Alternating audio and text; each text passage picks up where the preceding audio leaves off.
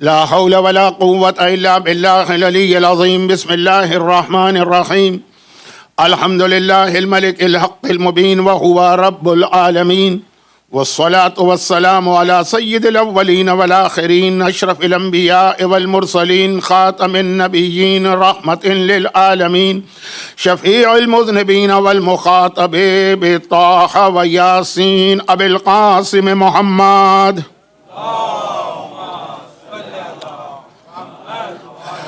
وآلہ وعطرتہ وأہل بیتہ الطیبین الطاہرین المعصومین المظلومین الذین اذہب اللہ عنہم الرجس وطہرہم تطہیرا.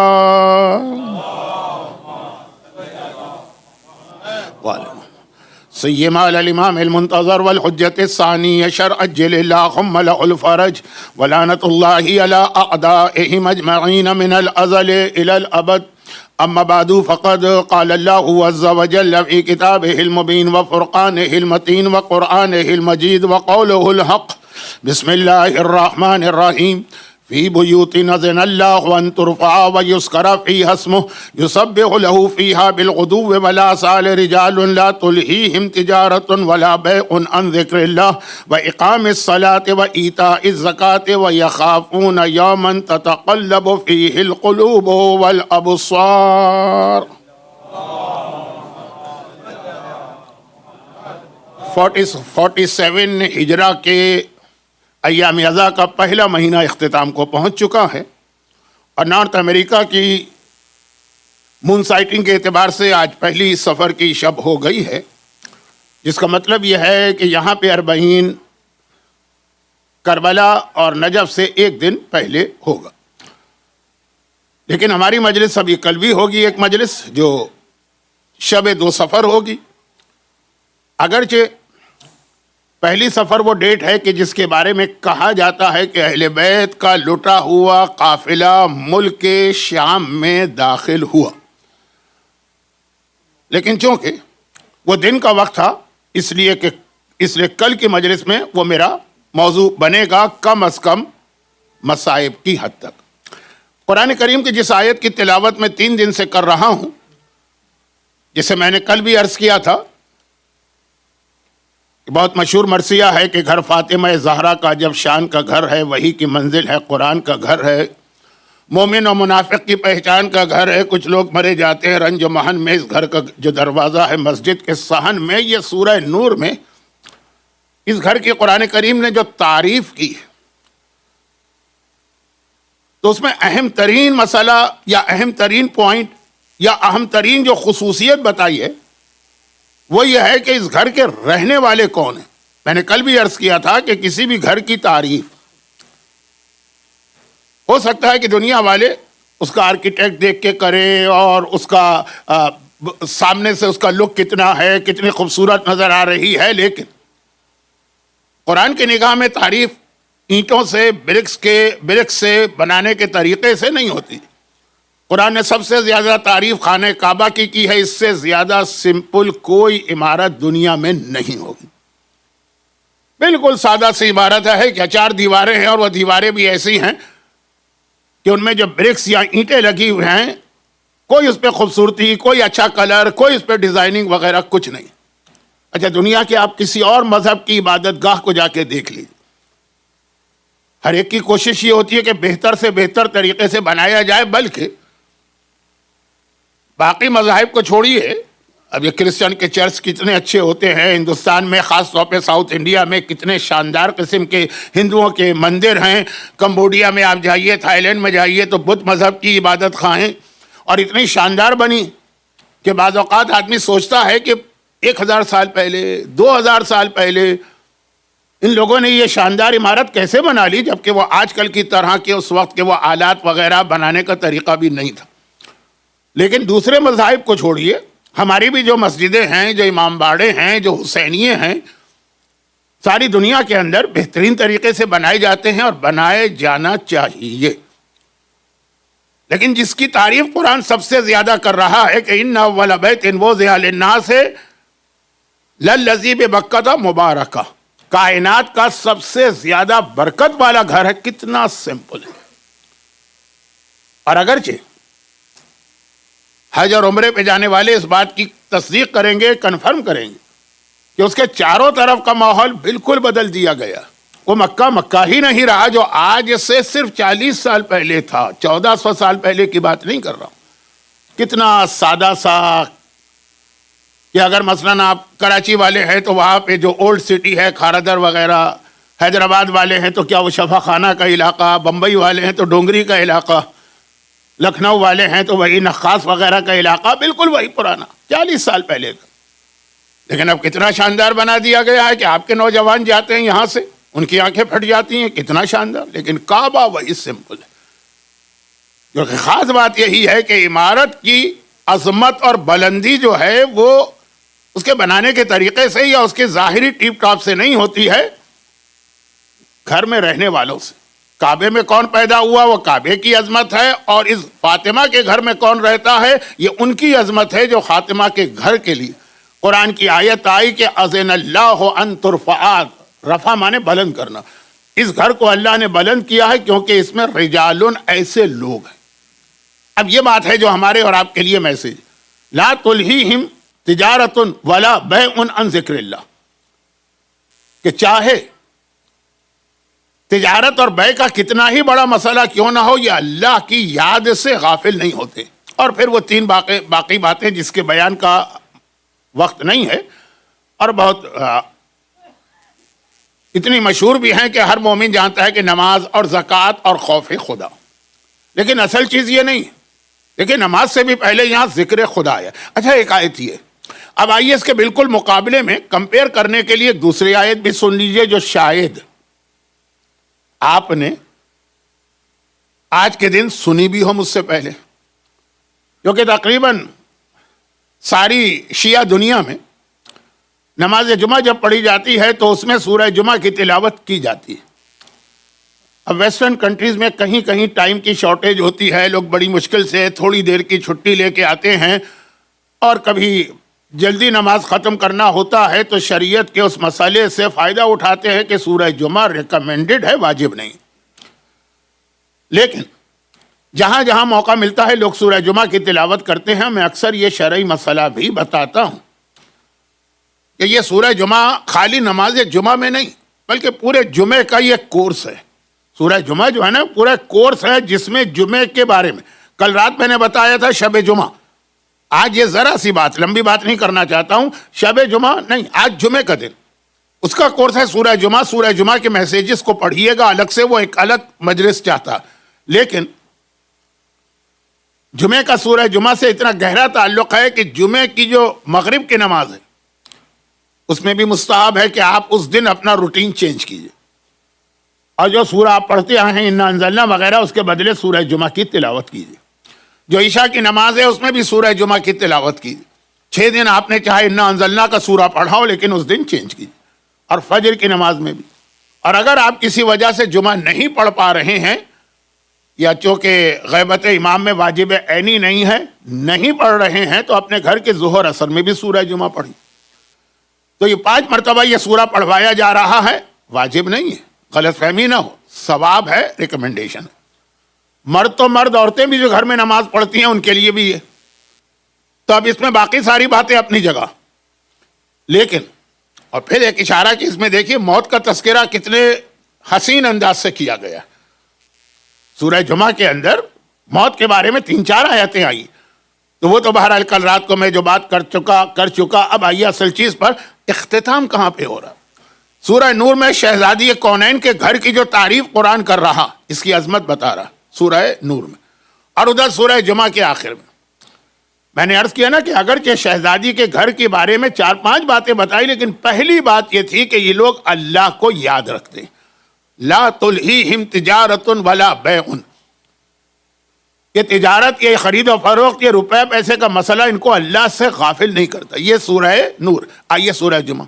وَإِذَا رَأَوْا تِجَارَةً أَوْ لَهْوًا انفَضُّوا إِلَيْكَ وَتَرَكُوكَ قَائِمًا قُلْ مَا عِندَ اللَّهِ خَيْرٌ مِّنَ اللَّهْوِ وَمِنَ التِّجَارَةِ وَاللَّهُ خَيْرُ الرَّازِقِينَ. اب یہ آئیے، وہ پازیٹیو وے میں قرآن نے بتایا، اب یہاں پہ نگیٹو. اور سورہ جمعہ کی یہ آیت ایک بہت اہم میسج بھی ہے زمانے کے امام کے حوالے سے ان کے ظہور کے بعد کیا ہوگا. اب قرآن کہہ رہا ہے کہ جب رسول آئے. اچھا ایک فارمولہ میں آپ کو بتا دوں, شاید آپ کے کبھی کام آ جائے.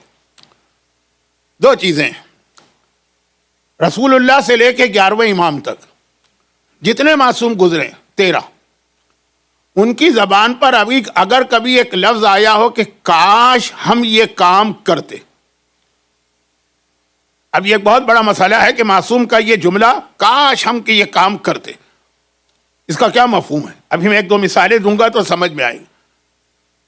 آدمی کوئی کام کرنا چاہتا ہے, کسی وجہ سے نہیں کر پائے, تو ہم نے دیکھا ہے کہ بعض اوقات باپ کی ایک تمنا ہوتی ہے, وہ پوری نہیں ہوتی تو اس کا بیٹا یہ تمنا پوری کرتا ہے, اور فخر سے کہتا بھی ہے کہ میرا بابا ساری زندگی یہ چاہ رہا تھا. بہت ہی چھوٹی چھوٹی مثالیں دے دیتا ہوں تاکہ وقت بچایا جائے. کہ مثلا باپ کی یہ خواہش تھی کہ مجھے بہت اچھا ایک میں مکان بنا لوں. پاکستان کے اندر بہت سے لوگوں کی ساری زندگی کی کوششوں کا ٹارگٹ ہوتا ہے کہ اپنا ایک مکان ہو جائے. ہمارے یہاں ایک صوبہ ہے پنجاب, وہاں تو ہر ایک کو کوٹھی چاہیے, ایک تمنا ہوتی ہے باپ کی, وہ نہیں کر سکتا ہے. بیٹا کہیں باہر آ گیا, جاب کیا, مڈل ایسٹ میں گیا, دبئی میں گیا, اس نے شاندار مکان بنایا. کہیں باپ کی تمنا تھی آج میں نے اپنے باپ کو خوش کر دیا, جب مر چکا ہے باپ. بہت چھوٹی چھوٹی میں باتیں اس لیے کہہ رہا ہوں کہ ٹائم نہیں. تو خلاصہ یہ ہے کہ معصومین کی زبان پہ بھی یہ لفظ کئی بار آیا, ایک بار نہیں. تو 13 معصومین کے لیے فارمولہ سمجھ لیجئے کہ جب کبھی کسی معصوم یا معصومہ کی زبان پر لفظ کاش آیا, یہ سارے کے سارے کاش جو ہے وہ پورا کریں گے ہمارے زمانے کے امام. یہ ان کی ذمہ داریوں میں سے ایک ذمہ داری. جیسے ابھی میں نے عرض کیا کہ ایک عام بیٹا بھی باپ اور ماں کی کوئی خواہش سنتا ہے. اب میں نے وہ مکان کی بات کی, چلے وہ ایک چیز ہے. دوسری آئیے مذہبی پہلو سے. باپ کی بڑی خواہش ہے, ماں کی زیادہ ہوتی ہے ہمارے یہاں پاکستان میں, کہ حج کرنا, لیکن وہ زندگی بھر غربت رہی, نہیں کر سکے. بیٹا کمانے کے قابل ہوا, بیٹے نے پہلا کام یہ کیا. کیونکہ یہ مسئلہ تو بہت زیادہ مجھ سے پوچھا جاتا ہے پاکستان میں. آپ میں سے تقریباً ہر ایک جانتا ہے کہ میں کئی سالوں سے حج پہ جا رہا ہوں, تو یہ مسئلہ بہت پوچھا جاتا ہے. بعض اوقات تو یہ شریعت سے ٹکرا بھی جاتی ہے یہ خواہش. مثلا ماں کی خواہش ہے کہ مجھے حج کرنا ہے, بیٹے کے پاس صرف ایک حج کے پیسے, خود جائے کہ ماں کو بھیجے. صرف آیت اللہ سیستانی نے اجازت دی ہے کہ اگر آپ کے پاس حج کی حیثیت ہو تب بھی آپ حج کو ڈیلے کر سکتے ہیں, بشرط یہ کہ آپ کو یہ یقین یا اندازہ ہو کہ میں فیوچر میں کر لوں گا. لیکن باقی تو مراجع کہتے ہیں کہ حج واجب ہے فوری, جس سال پیسے آ گئے اسی سال جانا. اور ماں کی خواہش ہے بیٹا مجھے حج کرا دو. تو کتنے ہی ایسے کیسز میرے پاس آئے تھے آغا سیستانی کی تقلید سے ہٹ کے, جو لوگ کہا کہ بھائی ماں کی ساری زندگی کی تمنا تھی, ہمیں پالا پوسا بڑھایا, تو ہم تو اس کو حج کرائیں گے. گناہ کبیرہ کر رہے ہیں اپنا حج چھوڑ کر. لیکن ہمارے یہاں ایک ماں کے حوالے سے ایک فطرت ہے, بات بہت کہیں اور جا رہی ہے. اگرچہ کل کی مجلس کا اختتام ماں کے حوالے سے تھا, اس کو مجھے آگے بڑھانا ہے آج, لیکن پہلے یہ بات پوری ہو جائے. تو خلاصہ یہ کہ ماں کی تمنا ہے. تو بس کتنے ہی میں نے بیٹے دیکھے کہ ہاں ماں کو حج کرائیں گے, چاہے کندھوں پہ بٹھا کے لے جائیں, اور کراتے ہیں. آج بھی اتنے نیک سعادت مند بیٹے ہیں. اب یہ جتنی بھی ایسی کاش کی خواہش ہے, ہمارے یہاں ماں نے حج کی خواہش کی, باپ نے ایک اچھا مکان, زندگی بھر اس کا ٹارگٹ تھا. لیکن معصومین کا ٹارگٹ تو یہ نہیں. لیکن اس کے باوجود آپ کو کئی روایتوں میں ملے گا کہ رسول خدا نے فرمایا کاش میں یہ کروں. مولا امام علی جو ساری کائنات کی تمنا پوری کرنے والے ہیں خدا کے حکم سے, ان کے پاس ہم کو یہ جملے ملتے ہیں, اور باقی معصومین کے جملے بھی. جیسے خود چوتھے امام کے بارے میں کل میں نے عرض کیا, کربلا کا انتقام لینا ہے. یہ سارے کاش جو ہیں وہ زمانے کا امام پورا کرے گا. تو جب کبھی آپ کو کہیں کسی ہسٹری میں کوئی روایت, کوئی واقعہ مل جائے کہ امام نے کہا کاش میں یہ کروں, وہ خود بخود سمجھ لیجیے کہ یہ امام زمانہ کی ڈیوٹیز میں شامل ہو گیا. بہت چھوٹی سی 2 مثالیں دے دوں تاکہ میرا یہ پہلا نقطہ واضح ہو جائے. آج جو خانہ کعبہ ہے, حضرت ابراہیم نے تو ایسا نہیں بنایا تھا. ابراہیم کا کعبہ آج کے کعبے سے بہت مختلف تھا. کم سے کم اس کعبے میں 6 تو نہیں 4 چینجز تو کنفرم ہے, اور بعض علماء نے لکھا کہ اس میں 6 چینجز. جو حضرت ابراہیم کا کعبہ تھا یہ موڈیفائیڈ ہے, لیکن اس کی شکل اور صورت ہی بالکل الگ ہے. اب پیغمبر نے کیا یہ فتح مکہ کے دن حضرت عائشہ سے نہیں کہا تھا؟ مشہور حدیث، صحیح بخاری میں نہیں، مسلم میں، صحیح مسلم میں، وہ بھی ان کے یہاں سیکنڈ موسٹ اتھینٹک بک مانی جاتی ہے. کیا ہے عائشہ، لولا قوموں کی حدیث بالاسلام لنہدمت وجعلت لها بابین، کاش عائشہ مجھے اتنا موقع مل جاتا کہ میں اس کعبے کو توڑ دیتا. توڑنا، انہدام، یہ جن کی اردو ذرا اچھی ہے ان کو پتا ہے کہ یہ اردو کا لفظ اردو میں بھی استعمال ہے، ڈیمولش کرنا، انہدام. لنہدمت، میں کعبے کو توڑ دیتا اور اس کو اس نقشے پہ بناتا جو میرے دادا ابراہیم نے جس طرح کعبہ بنایا تھا. لیکن اے عائشہ تیری قوم نئی مسلمان ہوئی. یہ ایک بہت بڑا ایشو بن جائے گا کہ یہ کون رسول ہے کہ جس کعبے کا احترام ہم بت پرستی کے زمانے میں بھی کرتے آئے ہیں، یہ اسی کعبے کو توڑ رہا. اب یہ پیغمبر کی وہ تمنا ہے جسے پیغمبر حالات کی وجہ سے پورا نہ کر سکے. یہ امام زمانے کی ڈیوٹیز میں شامل ہے. اور ابھی ایک مومن سے ایک بات ہو رہی تھی تو میں نے کہا ذرا وہ ایک بات بھی عرض کر دوں، لیکن پہلے یہ بات ہو جائے. ڈیوٹیز میں شامل ہے. اچھا، وہاں بھی یہی مسئلہ ہے. دیکھیے باقی ساری چیزیں تو لوگ برداشت کر لیں، لیکن اگر کبھی یہ پتا چلے کہ کعبہ توڑا جا رہا یا یہ کہ امام کا روزہ توڑا جا رہا، دشمن بھی اگر یہ کام کرے تو عالم اسلام تڑپ اٹھتا. اور اگر کوئی اپنا ہی آدمی یہ کام کرے تو ہم تو اس کو اپنا ماننے سے انکار کر دیں گے. اب جب زمانے کا امام آئے گا تو آلریڈی امام زمانہ کی مخالفت بہت سارے شیعہ کریں گے آگے چل کر. لیکن امام تو یہ نہیں چاہتے نا کہ پہلے دن ہی مخالفت ہو. اگر وہ کعبے کو توڑ کے نیا کعبہ بنائے تو کتنی مخالفت ہوگی. اسی لیے روایتوں میں ہے کہ جب امام آئیں گے تو آلریڈی اس سے پہلے دشمنان اسلام کعبے پہ اٹیک کر کے کعبے کو توڑ چکے ہوں گے. امام جو آئیں گے نا، پورا کعبہ نہیں ٹوٹے گا لیکن کعبے میں بہرحال اتنا کچھ ڈسٹرکشن اور ڈیمولیشن ہوگا کہ پھر اگر امام اس کو ٹھیک کریں گے تو پھر وہ اعتراض نہیں ہوگا، وہ ہنگامہ نہیں ہوگا. لیکن آگے چل کے ہوگا، وہ میں شاید آج کی تقریر کے آخر میں کہوں. اب جو بات میں کہہ رہا ہوں، مثلا اور یہ آپ ٹیکنالوجی کی دنیا میں بیٹھے ہیں، کون سی سیلیکون ویلی کہلاتی ہے، کیا کہلاتی ہے، یہ ساری چیزیں میرے بس کی تو ہے نہیں. تو میرے بچوں کے بچے سمجھتے ہیں. لیکن میں ایک بات عرض کروں، میں نے پچھلے سال بھی ایک مثال دی تھی کہ اب اتنا زیادہ آج کل ہم لوگ ریلائی کرتے ہیں. اب تو اے آئی بہت ترقی کر گئی لاسٹ ایئر کے مقابلے میں ابھی. لیکن میں نے کہا یہ ٹیکنالوجی اتنی ترقی کے باوجود مجھے حیرت ہوتی ہے کہ اتنی چھوٹی بچوں جیسی چیز کو یہ ٹھیک نہیں کر پا رہے. گوگل کا ٹرانسلیٹر اتنے بڑے بڑے بلنڈر کر دیتا ہے وہ ٹرانسلیشن میں کہ حرام کو حلال، حلال کو حرام کر رہا. کیونکہ ہمارے بچے جو ہے نا وہ اتنا زیادہ اس پر ریلائی کرتے ہیں کہ سمجھتے ہیں بس جو ہے بالکل صحیح. قرآن غلط ہو سکتا ہے لیکن گوگل کا ٹرانسلیٹر غلط نہیں ہو سکتا. اگر آپ میں سے کوئی اس میں کام کرتا ہے تو اس سے سوری کہ آپ کی کمپنی کے خلاف نہیں بول رہا ہوں، لیکن میں کہہ رہا ہوں کہ ابھی بھی ٹیکنالوجی کے اندر کمی ہے، کچھ نہ کچھ ہے پرابلم. میں نے مثال دی سے نا کہ ایک دفعہ میں نے صرف یہ ٹرانسلیشن کرنا چاہا غیر سیستانی کے فتوے کا کہ مغرب کا ٹائم کیا ہے، مثلا نماز مغرب. وہ ٹرانسلیشن آ گیا موروکو، کیونکہ عربی میں موروکو کو مغرب کہتے ہیں. موروکو کا ٹائم بتا رہا ہے کہ وہ وہاں کا کیا ٹائم ہے اور یونیورسل ٹائم سے کتنا گھنٹہ پہلے کتنا گھنٹہ بعد میں. تو بہت چھوٹی میں نے مثال دی، ایسے بہت بلنڈر.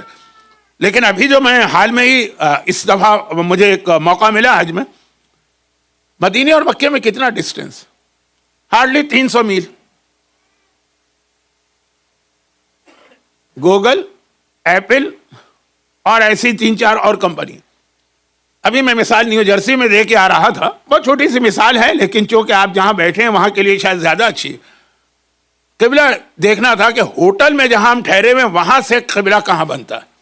مسجد میں نماز پڑھنے جائیں گے تو مسجد النبوی کا قبلہ تو بالکل پرفیکٹ ہے. بلکہ یہ بھی رسول کی سچائی کی دلیل میں سے ایک دلیل دی جاتی ہے کہ اس وقت پیغمبر نے اتنا پرفیکٹ قبلہ مسجد تو رسول نے بنائی تھی نا. لیکن ہوٹل 3 مختلف ایپ ہم نے استعمال کیے، گوگل کا بھی، ایپل کا بھی اور ایک اور کسی بہت ہی ریپوٹیشن والی کمپنی ہوگی. یہ سب چیزیں میری تو ہیں نہیں، ہمارے نوجوان ہی مدد کر رہے تھے. تینوں کا قبلہ نما الگ الگ قبلہ ڈائریکشن بتا رہا. یہ چیز 10,000 یا 8,000 سال پہلے ہندوستانی اور یونانی طے کر چکے تھے. قبلہ جو ہے معلوم کرنا کتنا ایزی تھا. یہ سمندر کا سفر تو ہو ہی نہیں سکتا جب تک کہ آپ کو ڈائریکشنز پتہ نہ چلے. پانی کے جہاز چلتے ہی خالی ڈائریکشنز پہ تھے. اس زمانے میں لوگوں کو پتا تھا کہ ڈائریکشن کیسے صحیح ہوتی ہے. اور آج کے یہ آپ کے ایپ جو ہے نا, کوئی ادھر بتا رہا, کوئی ادھر بتا رہا, کوئی ادھر بتا رہا. ٹھیک ہے, تھوڑا تھوڑا فرق تھا, بہت زیادہ فرق نہیں تھا, لیکن تھا. میں نے کہا جو بچوں کا کھیل ہے میرے حساب سے تو اس کے اندر بھی ابھی پرفیکشن پتہ نہیں کیوں نہیں آپ آیا. یہ میرا موضوع نہیں ہے. میرا موضوع تو صرف یہ کہ مولا علی کا روزہ جو بنا ہے اس وقت, اس کا قبلہ پرابلم ہے. مولا علی کے روزے کا قبلہ یہاں تو آج ڈر بھی بہت لگتا ہے نا, اتنی ترقی کر گئی ہے یہ میڈیا کہ اس میں ایڈٹ کر کے اگر وہ یہ لفظ قبلہ نکال دیں تو میرا جملہ بنے گا مولا علی کا روزہ ایک پرابلم ہے. مولانا مولا علی کے روزے کے خلاف بول رہے ہیں, ایک لفظ ہی تو ان کو خالی ایڈٹ کرنا ہے نا. تو خیر, مولا علی کے روزے کا قبلہ آپ میں سے ہر ایک نجف اور کربلا جاتا ہے. تو جیسا میں نے کہا 40 کا اناؤنسمنٹ ہو گیا ہے یہاں پر اور عراق دونوں میں. آقا سیستانی نے بھی اناؤنسمنٹ کر دیا کہ ایک دن کے بعد 40 ہے. خیر, تو خلاصہ یہ ہے کہ اب جا رہے ہیں لوگ.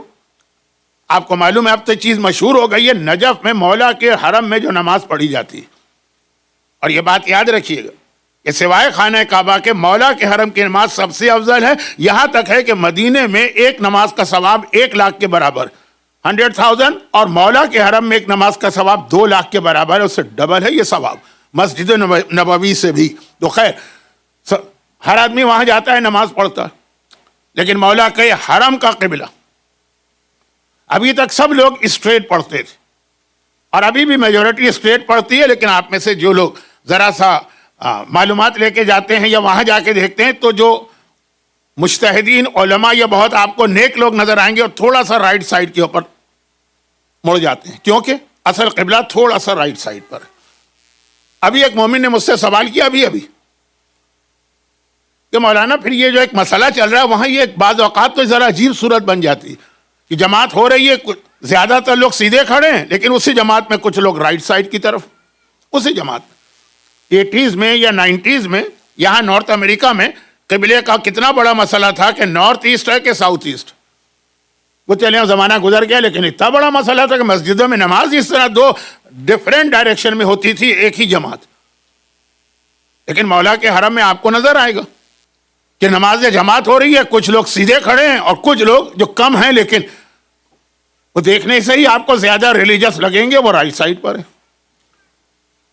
اور اب یہ کنفرم ہو گیا کہ مولا کے روزے میں اس وقت جو ایگزسٹنٹ قبلہ لوگ سمجھ رہے ہیں وہ غلط ہے, تھوڑا سا یہ رائٹ سائڈ پر ہے. تو اب ایک سوال انہوں نے کیا کہ پھر اس کو کیوں نہیں وہ صحیح کرتے ہیں. سوال بڑا لاجیکل ہے نا, لیکن جواب کے لیے آپ کو اپنی قوم کا مزاج سمجھنا پڑے گا. میں نے کہا کہ اس کے لیے جو سب سے پہلی تبدیلی کرنا پڑے گی, قبلہ کیسے چینج کرے. مولا کی زری اسٹریٹ ہے تو زری کو توڑ کے جو ہے نا وہ تھوڑا سا ان کو رائٹ سائڈ پہ کرنا. مولا کی زری توڑی جائے اپنے کسی آدمی کے ذریعے سے تو لوگ یہ نہیں معلومات کریں گے کیوں یہ عمل ہو رہا ہے. ہنگامہ کتنا ہو جائے گا کہ بھائی اتنے بڑے بڑے مراجع اور مجتہدین کے آرڈر سے زری توڑی جا رہی ہے, یہ تو ہیں سارے دشمنان اہل بیت. ایک ہے نا پروپیگنڈا ہمارے یہاں اینٹی مرجعیت, جس کا آغاز ہی یہاں سے ہوتا ہے کہ یہ لوگ نعوذ باللہ امام کی حدیثوں کے مقابلے میں اپنے فتوے دیتے ہیں, اور یہ امام کے مقابلے میں اپنی دکان سے جا کے بیٹھے ہیں. میں بہت بدتمیزی سے بات کر رہا ہوں کیونکہ لوگ بھی اتنی ہی بدتمیزی سے اعتراض کرتے ہیں. اور اس میں اگر آپ یہ سن لیں کہ جی مراجع اور مجتہدین نجف اور کربلا میں تو انہی کا ہولڈ ہے نا فی الحال, جی ان کے حکم سے زری توڑی جا رہی ہے. کیوں توڑی جا رہی ہے, مقصد کیا ہے, اس طرف کوئی نہیں جائے گا. بس ایک پروپیگنڈا ہو جائے گا, اور بالکل صحیح پروپیگنڈا ہوگا ان معنوں میں کہ اس کی جو تصویریں آئیں گی, ویڈیو کلپ آئیں گے تو ٹوٹ رہی ہے زری. کیونکہ آج کل تو یہ اے آئی کی وجہ سے اتنی فیک بھی نیوز آ جاتی کہ نہ بھی توڑے زری تو کوئی بتا سکتا ہے کہ جی مثلا خود آقا سیستانی کھڑے ہو کے اپنی نگرانی میں زری توڑوا رہے ہیں. کوئی مشکل کام ہے اے آئی سے یہ کلپ بنانا. تو اگر واقعا ایکچوئل اب اتنا بڑا فتنہ و فساد ہوگا اس وقت پوری تشیع اور پوری مرجعیت کے خلاف.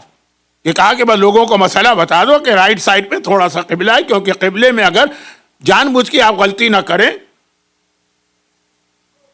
بھولے سے ہو جائے یا لاعلمی میں ہو جائے تو نماز صحیح. لیکن یہ جو ایک ہنگامہ ہوتا, تو اب میں عرض یہ کر رہا تھا کہ پیغمبر نے حضرت عائشہ سے کہا کہ میں یہ کعبہ توڑنا چاہتا ہوں, لیکن تمہاری قوم نئی نئی مسلمان ہوئی, وہ ہنگامہ کر دے گی. اور یہ جو میں کہہ رہا ہوں نا اس سے ملتا جلتا ایک مسئلہ حج کا ہے بھی.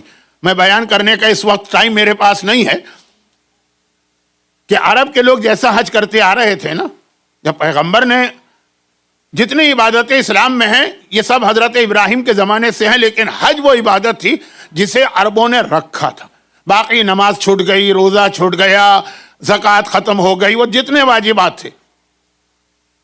دیکھیے نماز تو حضرت ابراہیم کی نگاہ میں اتنی اہم ہے کہ اگر میں آپ سے ایک سوال کروں تو آپ کا جواب کیا ہوگا؟ اور یہی سوال میں حضرت ابراہیم سے کروں، ان کا جواب سورہ ابراہیم کی آیت نمبر 35. میں آپ سے یہ سوال کروں، جن سے کروں گا وہ یہاں ہیں، جن کے لیے یہ سوال irrelevant ہے وہ بیٹھے ہوں گے انگلش لیکچر میں. کیا مطلب اس جملے کا کہ بھائی آپ ایسا تقریباً سب آدمی یا انڈیا میں پیدا ہوئے یا پاکستان میں پیدا ہوئے یا ایسٹ افریقہ میں پیدا ہوئے ہوں گے. جو یہاں پیدا ہوئے وہ تو یہاں مجلس میں نہیں آئیں گے نا، وہ تو سمجھتے ہی نہیں ہماری لینگویج. ان کے لیے اچھا انتظام ہے وہ وہاں. اب آپ سے پوچھا جائے کہ آپ جہاں پیدا ہوئے وہاں سے آپ پہ کیا مصیبت آن پڑی تھی کہ آپ یہاں آئے؟ ضرورت کیا پڑی تھی آپ کو؟ اپنا گھر چھوڑا، اپنا وطن چھوڑا، اپنی فیملی چھوڑی، اپنے بزرگوں کی قبریں چھوڑی، اپنا وہ ماحول چھوڑا، اپنے بچپنے کے دوست چھوڑے. یہ ساری چیزیں آدمی کو ہمیشہ ہانٹ کرتی ہیں زندگی بھر. کیوں بھائی آپ کیوں آئے یہاں پہ؟ تو زیادہ تر کا تو جواب یہ ہوگا کہ اپنا فیوچر بنانے. کچھ کہیں گے نہیں بچوں کا فیوچر بنانے، کچھ کہیں گے کہ نہیں ہمارے ملک میں ہمارے لیے جان کا، عزت کا خطرہ تھا، وہ سپاہی صاحب ہو، داعش ہو، طالبان ہو، یہ ساری چیزیں اس لیے ہم آئے. یہی آپ کے جواب ہوں گے. حضرت ابراہیم خانہ مکہ پہنچ رہے ہیں. مکہ کچھ نہیں، اس وقت مکہ کچھ نہیں تھا، ڈیزرٹ. کہاں سے آ رہے ہیں؟ دنیا کے سب سے سرسبز و شاداب و گرینری والے علاقے، سیریا کا علاقہ. اس زمانے میں یہ سب سے بہترین علاقہ تھا، ویدر کے اعتبار سے بھی، کلائمیٹ کے اعتبار سے بھی، اور جو وہاں سبزہ پیدا ہوتا ہے. پرانا زمانہ ساری اکنامی کا دار و مدار صرف فصلوں پر ہے. اس کو چھوڑ کے کہاں آ رہے ہیں؟ ایسی جگہ آ رہے ہیں کہ کوئی یہ بھی نہ کہے کہ بھائی ان کو نہیں پتا ہوگا کہ جہاں میں جا رہا ہوں وہ ایسا. آپ میں سے کئی ایسے لوگ ہوتے ہیں کہ ایسی جگہ چلے گئے کہ سوچ کے کچھ گئے تھے، وہ نکلا کچھ اور. ایسا بھی نہیں ہے. آتے وقت کہہ رہے رب انی اسکنت من ذریتی بواد غیر ذی زرع، اے خدا میں اپنی اولاد کو، زیادہ تر لوگ مجھے جو ویسٹ میں ملتے ہیں نا ان کا جملہ ہوتا ہے کہ بھائی مولانا ہماری تو زندگی انڈیا پاکستان میں گزر گئی، اولاد کا فیوچر بنانا اس لیے آئے. اولاد کا لفظ آتا ہے. یہاں بھی ابراہیم نے یہی کہا، اے خدا میں اپنی اولاد کو ایسی جگہ لا کے رکھ رہا ہوں. New York, Washington, Tokyo, Paris, کہاں؟ بے واد غیر ذی زرع، ایسی زمین میں جہاں گھاس کی ایک پتی بھی نہیں اگتی. آنے سے پہلے کہہ رہے کہ میں وہاں لے جا رہا ہوں. اب ہمارا جو عقیدہ ہے نبوت کے بارے میں تو وہ ہے، لیکن ظاہری اعتبار سے بھی دیکھی تو اب کوئی سوال کرے کہ یا نبی خدا آپ پہ کیا ایسی مصیبت آن پڑی کہ اتنے بہترین علاقے کو چھوڑ کے خود ایسی جگہ آ رہے ہیں جس کے بارے میں آپ یہ کہہ رہے ہیں؟ کیا جواب دی؟ یہ سورہ ابراہیم آیت نمبر 34 35، یہ 4-5 آیتیں ہیں جن میں سے ایک آیت بہت مشہور ہے. یہ پوری آیتوں کا سیکوینس جس کی آخری آیت بہت مشہور ہے، ربنا اغفر لی ولوالدی وللمؤمنین یوم یقوم الحساب. یہ اس سے پہلے کی آیت. میں اپنی اولاد کو یہاں کیوں لا رہا ہوں؟ لیقیموا الصلاۃ، تاکہ وہ نمازی بنے. یہ ہے ٹارگٹ ابراہیم کی نگاہ میں، اولاد کو نمازی بنانا. اس لیے جنگل میں بھی پھر ایک تصور ہے نا، ہرا بھرا اچھا علاقہ، بے واد غیر ذی زرع، جہاں سوائے ریت کے اور کچھ نہیں. لیکن نمازی بنانا زیادہ اہم ہے، دنیا کی سہولتیں اتنی اہم نہیں. شہزادی کے گھر کی خاصیت لا تلہیہم تجارت ولا بیع عن ذکر اللہ، اللہ کا ذکر نہ نکلنے پائے اس کے لیے سارا مال و دولت سب بیکار. ابھی میں آتا ہوں ادھر تو یہ بات پوری کروں. نمازی بنانے کے لیے لا رہا ہوں، لیقیم الصلاۃ. کوئی ملے گا مومن جو یہ جواب دے کہ میں نے کیوں مائگریشن لیا یا میں نے کیوں ہجرت کی؟ ابراہیم کا جواب خانہ کعبہ قرآن کریم کے اس سورے میں ہے جس کا نام ہی سورہ ابراہیم. تو خیر بات بہت پھیل گئی. اب جب زمانے کا امام آئے گا تو خانہ کعبہ کو ٹھیک کرے گا، کیونکہ رسول نے کہا کاش.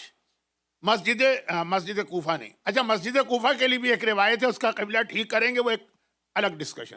مولا کا روضہ، وہاں کا قبلہ اس وقت ایک پرابلم ہے، لیکن ابھی کوئی ذریعہ امام کو ہاتھ لگانے کو تیار نہیں. کوئی سا مطلب یہ کہ ہمارے مراجع بھی کہ ایک چھوٹے سے مسئلے کے لیے کہ بھائی لوگوں کو صرف اتنا بتانا ہے کہ یہاں سے یہاں ہو، کوئی ایسا ایشو نہیں کھڑا کرنا ہے کہ پوری تشیع 2 ٹکڑوں میں تقسیم ہو کے رہ جائے.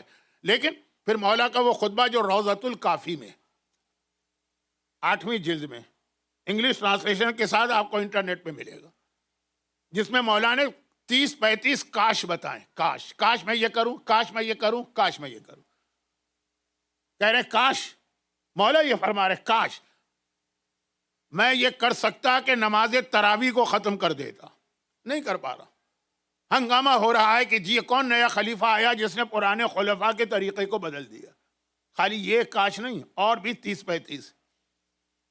تو اب یہ سارے کاش کون پورا کرے گا؟ زمانے کا امام پورا کرے گا. بات معصومی، ہر ایک کی زبان پہ وہ جملہ آتا ہے جو آپ زیارت وارثہ کے آخر میں پڑھتے ہیں، فَيَا لَيْتَنِي كُنْتُ مَعَكُمْ فَأَفُوزَ مَعَكُمْ. کاش کربلا والے میں آپ کے ساتھ ہوتا. یہ کاش کون پورا کرے گا؟ امام زمانہ پورا کریں گے. آپ کو معلوم ہے نا کہ جب امام آئیں گے تو اکیلے نہیں آئیں گے، آقا حسین کے ساتھ آئیں گے. بلکہ امام زمانہ جب شہید ہوں گے تو ان کو غسل و کفن بھی آقا حسین ہی دیں گے.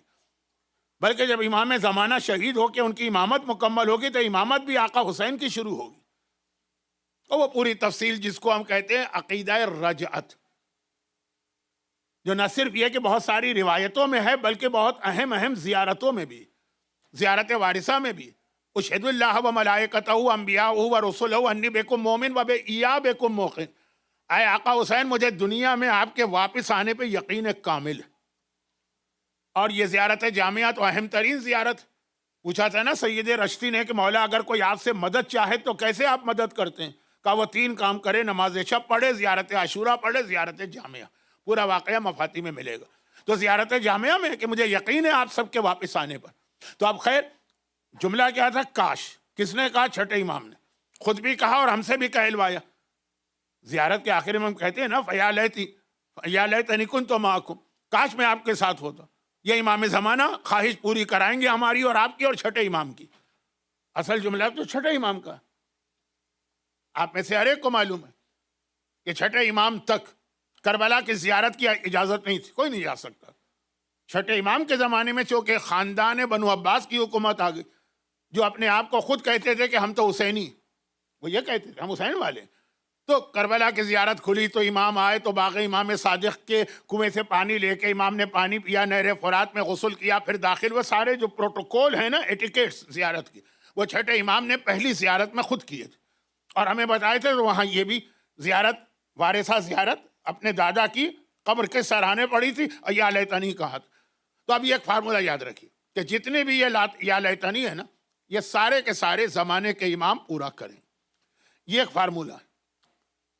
کیونکہ مجمع جو ہے وہ زیادہ تو بعد میں آیا. میں نے کہا تھا کہ میں امام زمانہ کے حوالے سے آپ کو ایک فارمولہ ٹائپ کا دے رہا ہوں جس میں امام کے جہاد کے بہت سے حصے کور ہو گئے. تو ایک تو یہ ہے کہ جو کبھی آپ کوئی واقعہ پڑھیں امام کا، کسی 8ویں کا، 9ویں کا، 5ویں کا، جہاں انہوں نے لفظ کاش کہا، ایک کاش اور آپ کو یاد دلا دوں لیکن ذرا سا ڈائجسٹ کرنا مشکل ہے. یہ تین دفعہ یہ ایک لفظ کاش آیا. امام نے فرمایا، چھٹے امام نے، کاش میرے شیعوں کو باندھ کر ان کے سروں پہ کوڑے مارے جائیں. اور کتاب بھی کافی کا مطلب وہ انف والا کافی نہیں، کتاب کا نام ہے الکافی. چلے میں اس کا وہ نام لیتا ہوں جو ہمارے ہاں مشہور ہے، اصول کافی. اس کی پہلی والیوم میں یہ حدیث، اور ایک نہیں 3 معصومین سے، کاش ہمارے شیعوں کو باندھ کر ان کے سروں پہ کوڑے برسائے جائیں. یہ امام فرما رہے. یہ معاویہ نہیں کہہ رہا، یہ یزید نہیں کہہ رہا، یہ مثلا منصور جیسا ظالم نہیں کہہ رہا، یہ ہشام ابن عبد الملک نہیں کہہ رہا، چھٹا امام کہہ رہا.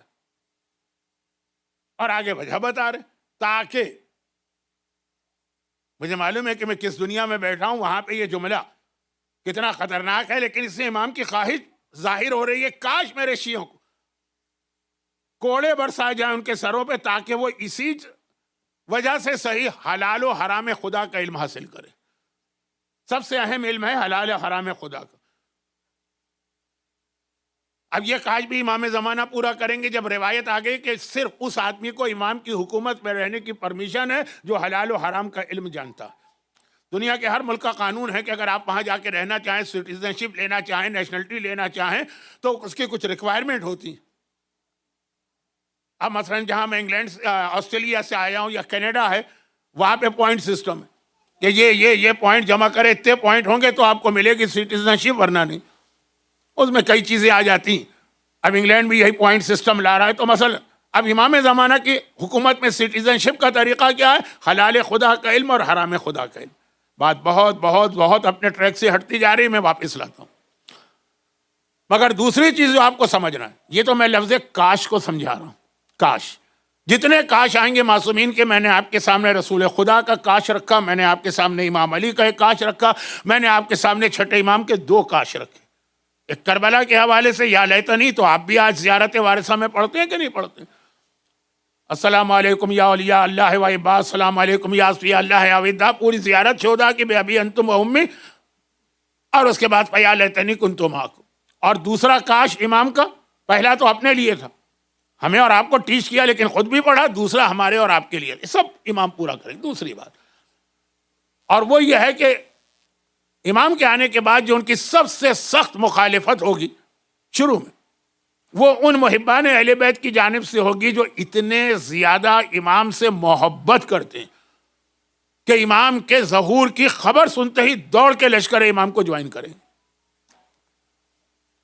اب یہ 2 چیزوں میں ایک ربط بھی ہے جو میں نے پہلی مجلس میں بتایا تھا، لیکن اہمیت کی وجہ سے ریپیٹ کر رہا ہوں.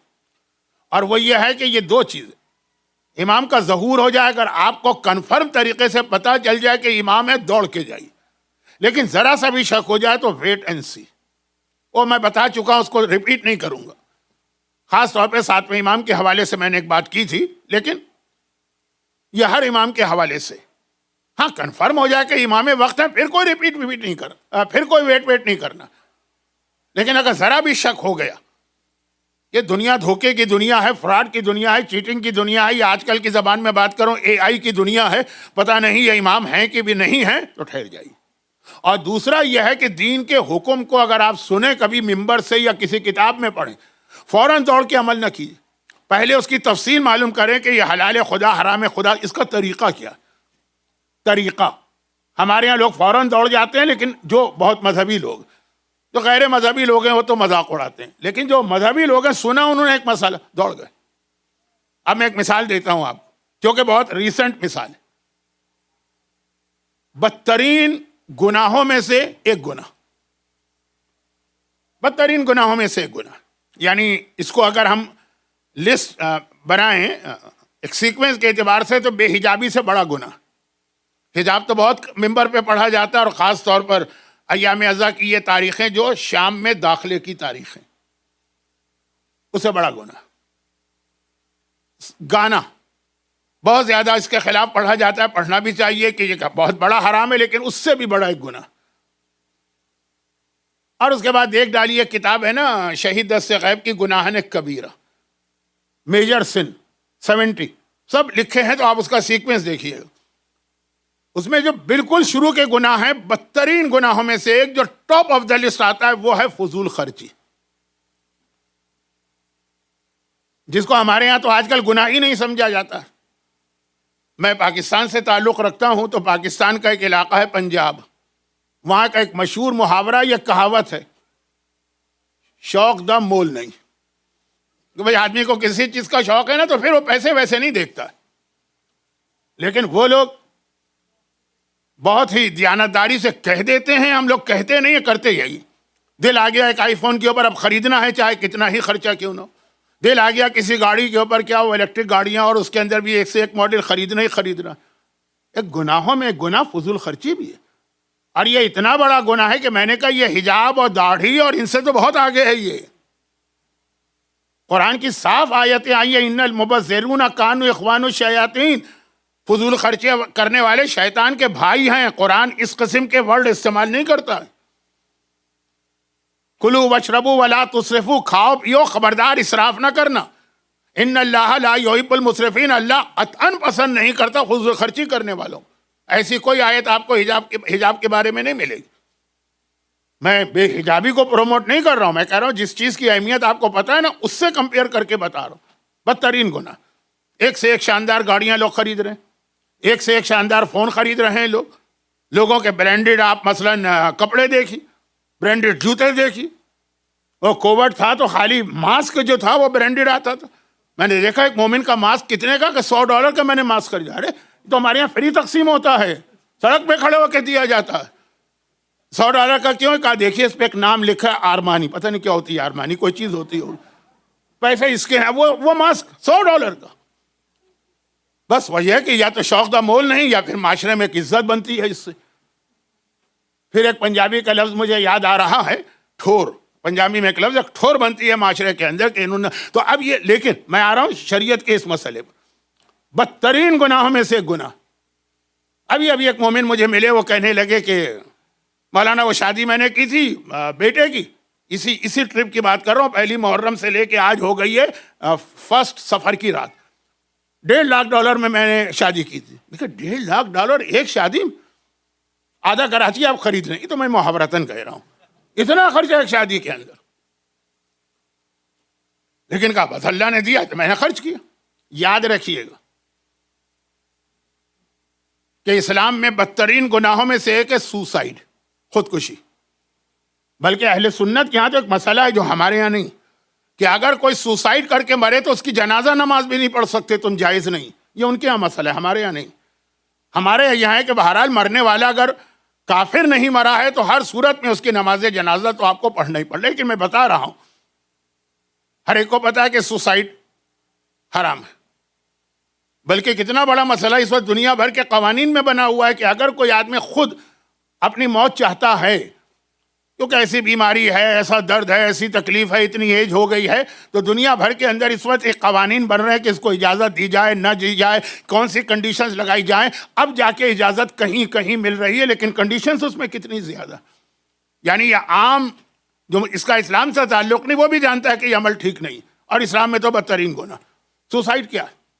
سوسائڈ یہ ہے کہ اپنی جان لینا. اس طرح مال کا بھی سوسائڈ ہوتا ہے، وہ بھی حرام ہے. کہ آپ کہیں جان تو ہماری ہے، خدا ہماری مرضی ہے، ہم اس کو رکھیں کہ پھینک دیں. یہ آپ کی مرضی نہیں چلتی نا. اسی طرح سے مال میں بھی آپ نہیں کہہ سکتے میں نے کمایا، محنت کی، میں نے کوئی حرام کام تو کیا نہیں. اچھا اب آئیے ایک جملہ سن لیجئے ایسا جو تھوڑا موضوع سے میں ہٹ تو رہا ہوں لیکن بہت اہم چیز. اس مجمع میں مجھے کچھ ایسے چہرے نظر آ رہے ہیں جنہوں نے میرے ساتھ حج بھی کیا ہے. نظر آ رہے ہیں چہرے تو جنہوں نے حج کیا. میں یہ نہیں کہہ رہا ہوں کہ حج انہی کا ہے جنہوں نے میرے ساتھ کیا، باقی کسی کا حج ہی نہیں. یہ نہیں کہہ رہا ہوں. میں کہہ رہا ہوں حاجی جب چہرے نظر آتے ہیں تو کوئی حج کی بات کرنا ذرا کمفرٹیبل ہو جاتا ہے کہ لوگ سمجھ جائیں گے، ورنہ پہلے تو سمجھانے میں 15 منٹ لگتے ہیں. پورا حج خانہ کعبہ میں آپ جانا چاہ رہے ہیں. ویسے تو ہم لوگ احرام پہنتے ہیں، لیکن اصل جو لوگوں کے ذہن میں ہے نا کہ حج پہ جا رہے ہیں، عمرے پہ جا رہے ہیں، کعبے کی زیارت وہاں سے اسٹارٹ ہوتا ہے، وہاں سے لے کے حج مکمل ہونے تک. یہ حج کی بات میں کر رہا ہوں. ایک دعا ایسی ہے جو بار بار ریپیٹ کروائی گئی. ہمارے یہاں ایک چیز مشہور ہے کہ خانہ کعبہ کو دیکھنے کے بعد جو پہلی دعا مانگو گے فوراً قبول. اور لوگ اس کے لیے پہلے سے مینٹلی پریپیئرڈ ہوتے ہیں، ایک دوسرے سے مشورہ لیتے ہیں.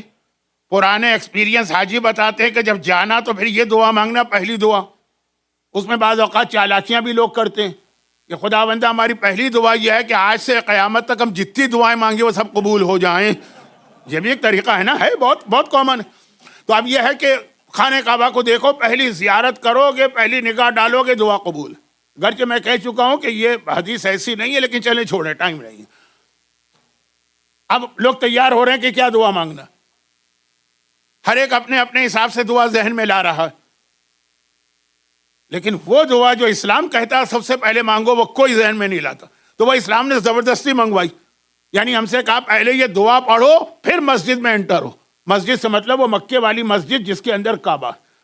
مسجد میں انٹری سے پہلے جہاں پہ آپ جوتیاں اتار کے تھیلی میں رکھتے ہیں نا، وہاں کی یہ دعا. اور وہاں سے لے کے آگے چلی. عرفات کے میدان میں گئے، وہاں بھی یہ دعا. مزدلفہ میں گئے، وہاں بھی یہ دعا. مینا میں گئے، وہاں بھی یہ دعا. ایک دعا جو اگر اسلام نہ کہتا تو شاید کوئی نہ مانگتا. پورا حج بنیاد ہے اس دعا پہ، اوصِ علیہ من رزقک الحلال الطیب. یاد آ رہا ہوگا جنہوں نے حج اور عمرہ کیا، خانہ کعبہ کے دروازے پہ کھڑے ہو کے دعا آپ مانگ رہے ہیں، اللہم فک رقبتی من النار، اے خدا مجھے جہنم سے آزاد کر دے، وَأَوْصِ عَلَيَّ من رزقک الحلال، اور مجھے حلال اور پاک رزق عطا فرما. پورا حج بیس کرتا ہے اس دعا پہ. کیونکہ حج کا مقصد کیا ہے؟ ساری زندگی کے گناہ معاف کرانا اور آئندہ گناہ نہ کرنے کا ارادہ کرنا. اور ہر جتنے گناہ ان کا کاز روٹ جو ہے نا وہ رزق حرام ہوتا. بہت ساری بیماریاں ہوتی ہیں نا، ہم اس کا علاج کراتے ہیں، کبھی یہ دوا کھا لی، کبھی وہ دوا کھا لی، کہتے ہیں نہیں کاز روٹ دیکھنا پڑے گا، یہ ٹیسٹ کرا کے آئیے، پتہ چلا کہ آپ شوگر کے پیشنٹ ہیں، اس لیے کوئی چیز فائدہ نہیں کر رہی مثلا. تو اسلام کی نگاہ میں جتنے گناہ ہیں نا، ان کا کاز روٹ ہے آپ کے پیٹ میں جو لقمہ جا رہا، یعنی رزق حرام. یہ کیا ہے؟ پورا حج، اس کی بنیاد کربلا. بھائی ہماری زندگی تو کربلا ہے نا، تو کربلا کے نام پہ ہم جیتے ہیں، کربلا کے نام پہ ہم مرتے ہیں. اب جو جملہ میں کہہ رہا ہوں یہ اتنا مشہور ہو گیا کہ مجھے اس کا تعارف نہیں کرانا اس جملے کا. حج کے جملے کا میں نے ذرا انٹروڈکشن کرایا، تمہید باندھی. کربلا عاشور کے دن صبح جنگ ہونے والی، لشکر تیار ہو گئے. کل جس شہزادے کی شہادت میں نے پڑھی تھی، اذان انہوں نے دی، حسین کا جو ریگولر مؤذن تھا اس کو چینج کیا. علی اکبر نے اذان دی، نماز ہوئی، نماز کے فوراً بعد اب یہ جہاد شروع ہونے والا، بلکہ لفظ شروع بھی میں غلط کہہ گیا، ریزیوم ہونے والا. یعنی جہاد تو 9 محرم کی سپہر کو ہمارے ساتھ نے شروع کر دیا تھا. آقا نے ایک مہلت لی یا دی، میں تو کہتا ہوں دی، عام کہا جاتا ہے لی. تو پھر یہ جہاد دوبارہ اسٹارٹ ہوا فجر کے بعد. آقا نے کیا کیا؟ ذوالجناح پہ سوار تھے، ذوالجناح کو چینج کر کے گھوڑا اونٹ منگوایا، اونٹ پہ بیٹھے، کیونکہ عرب میں گھوڑا ایک سمبل ہوتا ہے جنگ کا، اونٹ سمبل ہوتا ہے امن کا، پیس. پہلے تو اپنے ایکشن سے بتایا کہ ہم امن چاہتے، پھر ایک خطبہ دیا، بہت مشہور خطبہ، اس کے 2-3 جملے تو بچے کو یاد ہے. ہاتھ منا ذلہ، ارے میں اور ذلت کی زندگی قبول کروں؟ الموت اول من العار، عزت کی موت مجھے قبول ہے ذلت کی زندگی سے. یہ سارے جملے، کئی امام باڑوں میں تو یہ دیوار پہ اس کے بینر لگائے جاتے ہیں کہ حیات من الذلہ، الموت اولا من العار، عزت کی موت بہتر ہے ذلت. یہ وہی خطبے کی بات کر رہا ہوں. اور پھر مولانا نے اس میں کافی چیزیں بتائیں، ٹائم نہیں ہے، لیکن خلاصہ آخر میں کہا کہ میں نے ساری اپنی طرف سے حجت تمام کر دی. جانور بدل کے بھی سمبل دے دیا کہ میں جنگ نہیں کرنا چاہتا ہوں، خطبے کے ذریعے بھی بتا دیا. لیکن پھر حسین نے کیا جواب دیا، کیا کیا؟ ایک سوال آخر میں کیا کہ اپنا تعارف کرائے میں کون ہوں، پیغمبر کے حوالے سے، خاندان کے حوالے سے، پھر ایک عام مسلمان کے حوالے سے. کہا کہ کیوں میرے قتل پہ آئے، لیکن جواب نہیں لیا، مڑ گئے، ختم بات. کہا مجھے پتا ہے کہ میں نے سب کچھ کہا ہے، تم پہ اثر نہیں ہوگا. کیوں نہیں ہوگا؟ کیا اس لیے کہ یہ یزیدی، اس لیے اثر نہیں ہوگا؟ حسین نے کیا ریزن بتایا؟ ہم اور آپ تو سوچ لیں، حسین نے ایک ہی ریزن بتایا، کہا اس لیے کہ لقد ملیت بطونکم من الحرام، تمہارے پیٹ حرام غذا سے بھرے ہوئے ہیں، حرام مال سے بھرے ہوئے ہیں. جہاں پیٹ میں حرام پہنچ جائے اس پر امام کا کلام بھی اثر نہیں کرتا. 40 دن نماز قبول نہیں ہے، غلط نہیں ہے، نماز صحیح ہے، قبول نہیں. 40 دن روزہ قبول نہیں ہے، باطل نہیں ہے روزہ، لیکن قبول نہیں. اور جو کل کی میری مجلس کا اختتام تھا، 40 دن دعا قبول نہیں. کل میں نے چوتھے امام اور شب جمعہ کی مناسبت سے کچھ دعا پہ بھی بات کی تھی، دعا قبول نہیں. اسی لیے علماء کہتے ہیں کہ اگر آپ اسٹرانگ دعائیں کر کے اور کربلا اور نجف اور مکے کی دعائیں کر کے بھی دیکھیں کہ اثر نہیں ہو رہا ہے، تو دیکھ لیں کہیں ایسا نہ ہو کہ اس میں رزق حرام انوالو. ابھی میں آ رہا ہوں اصل موضوع پر. تو حج، پورا حج بنیاد ہے. حج کس چیز کا نام ہے؟ آپ کو پورا پاک کرنا ہے، اتنا جتنا اس دن آپ تھے جس دن آپ کی برتھ ہوئی تھی. لیکن کہا رزق حلال چاہیے ہوگا. اور پورا کربلا جو ہے اس میں دشمنان اہل بیت کی اہم ترین خاصیت آقا نے بتائی ہے کہ وہ رزق حرام کھاتے ہیں. تو کربلا یاد رکھنا ہے تو اس سے اپنے آپ کو بچانا ہے، حج یاد رکھنا ہے اس سے اپنے آپ کو بچانا ہے. اب آئیے وہ حدیث جو میں پورے 1 گھنٹے پڑھتا ہوں لیکن ٹائم نہیں ہے، 5 منٹ میں سن لیجیے. اب امام معصوم بتا رہے ہیں لیکن سنو. یہاں چوتھے امام کا ایک جملہ کہہ دوں تاکہ ذرا اس کا ربط ملے سجادیہ کے اس عشرے سے جو آج ختم ہو رہا ہے. یعنی محرم کا مہینہ مکمل ہوا، کل سے سفر ہے. گرچہ مولا سجاد کے مصائب تو چلیں گے 8 ربیع الاول تک. مولا سجاد کا ایک جملہ سورہ بقرہ میں ایک واقعہ ہے نا کہ بنی اسرائیل کی ایک قوم کو اللہ نے بندر بنا دیا. ابھی تو قرآن ہے، یہ سوال تو نہیں ہو سکتا کہ صحیح ہے کہ معتبر ہے کہ ضعیف ہے کہ کیا ہے. کونوا قردۃ خاسئین، بندر بن جاؤ. یہ قرآن کہہ رہا بندر بن گئے. مولا سجاد کی حدیث ہے کہ پتہ ہے کیوں بندر بنے وہ لوگ؟ اس لیے بندر بنے کہ وہ کاروبار میں فراڈ اور چیٹنگ سے کام لیا کرتے تھے. دیکھیے 2 چیزیں ہوتی ہیں، ایک آدمی ایک کاروبار فراڈ کرے، رزق حرام میں فراڈ کرے، غلط کرے لیکن اوپنلی. ایک ہے کہ نہیں وہ ذرا سا ٹویس کر کے مسائل کو، کہ وہ شریعت کے مسائل کو استعمال کرے اپنے حرام کو حلال کرنے کے لیے. وہ امام نے اس کی مثال دی. آپ کو معلوم ہے تو بہت مشہور واقعہ ہے. جو بنی اسرائیل تھے اور وہ مچھلی کا شکار کرتے تھے، لیکن سیٹرڈے کے دن اللہ نے کہا تھا شکار نہ کرنا، تو مچھلیوں کو بھی میسج ملا تھا کہ آج تمہاری جان پروٹیکٹڈ ہے، تو وہ اوپر آ جاتی تھی دریا میں. اتنی مچھلیاں دیکھ کے ان کے منہ میں پانی بھر آتا تھا کہ 6 دن میں تو ہمیں مچھلی ملتی نہیں، آج تو سینکڑوں ہیں، ہاتھ ڈالو گے تو 10 مچھلیاں ہاتھ میں آ جائیں گی، ہاتھ سے نکلی جا رہی ہیں. تو انہوں نے وہ ایسے چھوٹی چھوٹی نہریں بنائی، تالاب اپنے گھر میں بنائے کہ اس میں راستہ ہے آنے کا، کہ مچھلیوں کو پتہ ہے کہ مثلاً مغرب تک تو ہم پروٹیکٹڈ ہیں. وہ ٹہل رہی ہیں دریا میں. بہت میں شارٹ کر رہا ہوں کیونکہ بہت لمبی روایت. اور وہ آ گئیں اس کے اندر، لیکن جب ٹائم ہو رہا ہے واپس جانے کا. یہ حدیث ہے. آپ کو سنڈریلا کی کہانی یاد نہیں آنا چاہیے کہ جی وہ پری نے کہا تھا 12 بجے تک واپس آ جانا. یہ حدیث ہے. حدیث امام فرما رہے ہیں کہ مچھلیوں کو پتہ ہے کہ آدھی رات تک، جو بھی اس وقت ٹائم ہو، آدھی رات کو ڈیٹ چینج ہو یا مغرب پہ، اس کو چھوڑیں، وہاں تک پروٹیکٹڈ ہیں. تو وہ ٹہل رہی ہیں، وہ دریا میں راستہ نظر آیا تو اس پہ چلی گئیں، لیکن ٹائم قریب ہے واپس آ رہی. انہوں نے اس کے اندر ایسا والو لگا دیا کہ جا تو سکتے ہو، واپس نہیں آ سکتے. اب جو واپس آ رہی ہیں تو راستہ بند. انسان کے دل میں بھی ایسے والو ہے نا کہ خون جائے گا لیکن واپس نہیں آئے گا. پارکنگ لاٹ میں بھی کبھی ایسے اسپیڈ بریکر بنائے جاتے ہیں، تو اب واپس نہیں آ رہے ہیں. اگلے دن یہ لوگ آئے، ساری مچھلیاں پکڑ لی. کسی نے کہا یہ کیا کر رہے ہو؟ کہا ہم نے سیٹرڈے کو تو کچھ نہیں کیا، ہم نے تو سنڈے کو کیا. امام نے کہا اس سے بڑا فراڈ کیا ہوگا؟ یہ جو تم نے تالاب بنائی، جو نہریں بنائی، یہ جو اس میں راستہ بند کیا، یہ جو ون وے راستہ کیا، یہی تو سارا شکار کا طریقہ. مگر جی ہم نے تو کچھ سیٹرڈے کو تو کچھ نہیں کیا. خدا نے کہا کونو قردتن، سورہ بقرہ کہ بن جاؤ بندر. یہ بندر بن گئے. تو بندر وہ لوگ بنے جنہوں نے شریعت کے مسئلے کو یوز کرتے ہوئے حرام خدا کو حلال کیا تھا. یہ چوتھے امام کی حدیث. اب آئیے وہ اصل حدیث سن لیجئے جو آج کا موضوع، اور اس کے بعد پھر میں سورہ جمعہ کی آیت کا ترجمہ کر کے مصائب پر آ جاؤں. وہ حدیث کیا؟ وہ حدیث یہ کہ امام فرماتے ہیں کہ رزق حرام، رزق حرام بہت سن لیا آپ نے، اور آپ اب میں سے اکثر یہ سمجھ رہے ہیں کہ یہ موضوع ہمارا نہیں. الحمدللہ ہم کوئی شراب نہیں بیچ رہے، ہم کوئی جوئے کے اندر انوالو نہیں ہیں، ہم کوئی کیسینو نہیں جا رہے. ہم محنت کی کمائی کھاتے ہیں، انجینئرز ہیں، پروفیشنل ہیں، سافٹ ویئر والے ہیں، پتہ نہیں کون کون سے ایسے لوگ ہیں. حلال کی کمائی ہے، حلال کی کمائی. دیکھیے حدیث سنی. امام فرماتے ہیں کہ رزق حرام کی 5 قسمیں. ٹیکنیکلی تو اس میں صرف پہلا والے کو ہم حرام کہیں گے، لیکن باقی 4 بھی حرام ہی کی قسمیں. کل رات سے ذرا سا اس کو ربط دے دوں، لیکن ربط دینے میں تو مسئلہ ہوگا، دعا بھی اس کی وجہ سے قبول نہیں. اب امام فرماتے ہیں 5 چیزیں رزق حرام میں آتی. پہلی چیز تو ہر ایک کو پتا، اور اس میں آپ لوگ خوش بھی ہو جاتے ہیں، ہم بھی خوش ہو جاتے ہیں. کہ پہلی چیز یہ کہ حرام چیز کا کاروبار کرو. شراب بیچو، جو پیسے کماؤ گے وہ تو رزق حرام. جوئے سے پیسے کماؤ وہ تو یقیناً رزق حرام ہے، کوئی شک ہی نہیں. لیکن اب امام فرماتے 4 اور بھی قسمیں. چوتھے امام کی کل والی حدیث بھی سنا دو. قبر میں منکر و نکیر کے آخری 2 سوال ہیں، مال کمایا کیسے، یہ حدیث، خرچ کیسے کیا، یہ حدیث. اب یہ سمجھا رہے چوتھے امام کی حدیث ہے، اور آج کا ہمارا موضوع اب اختتام کو پہنچ رہا ہے.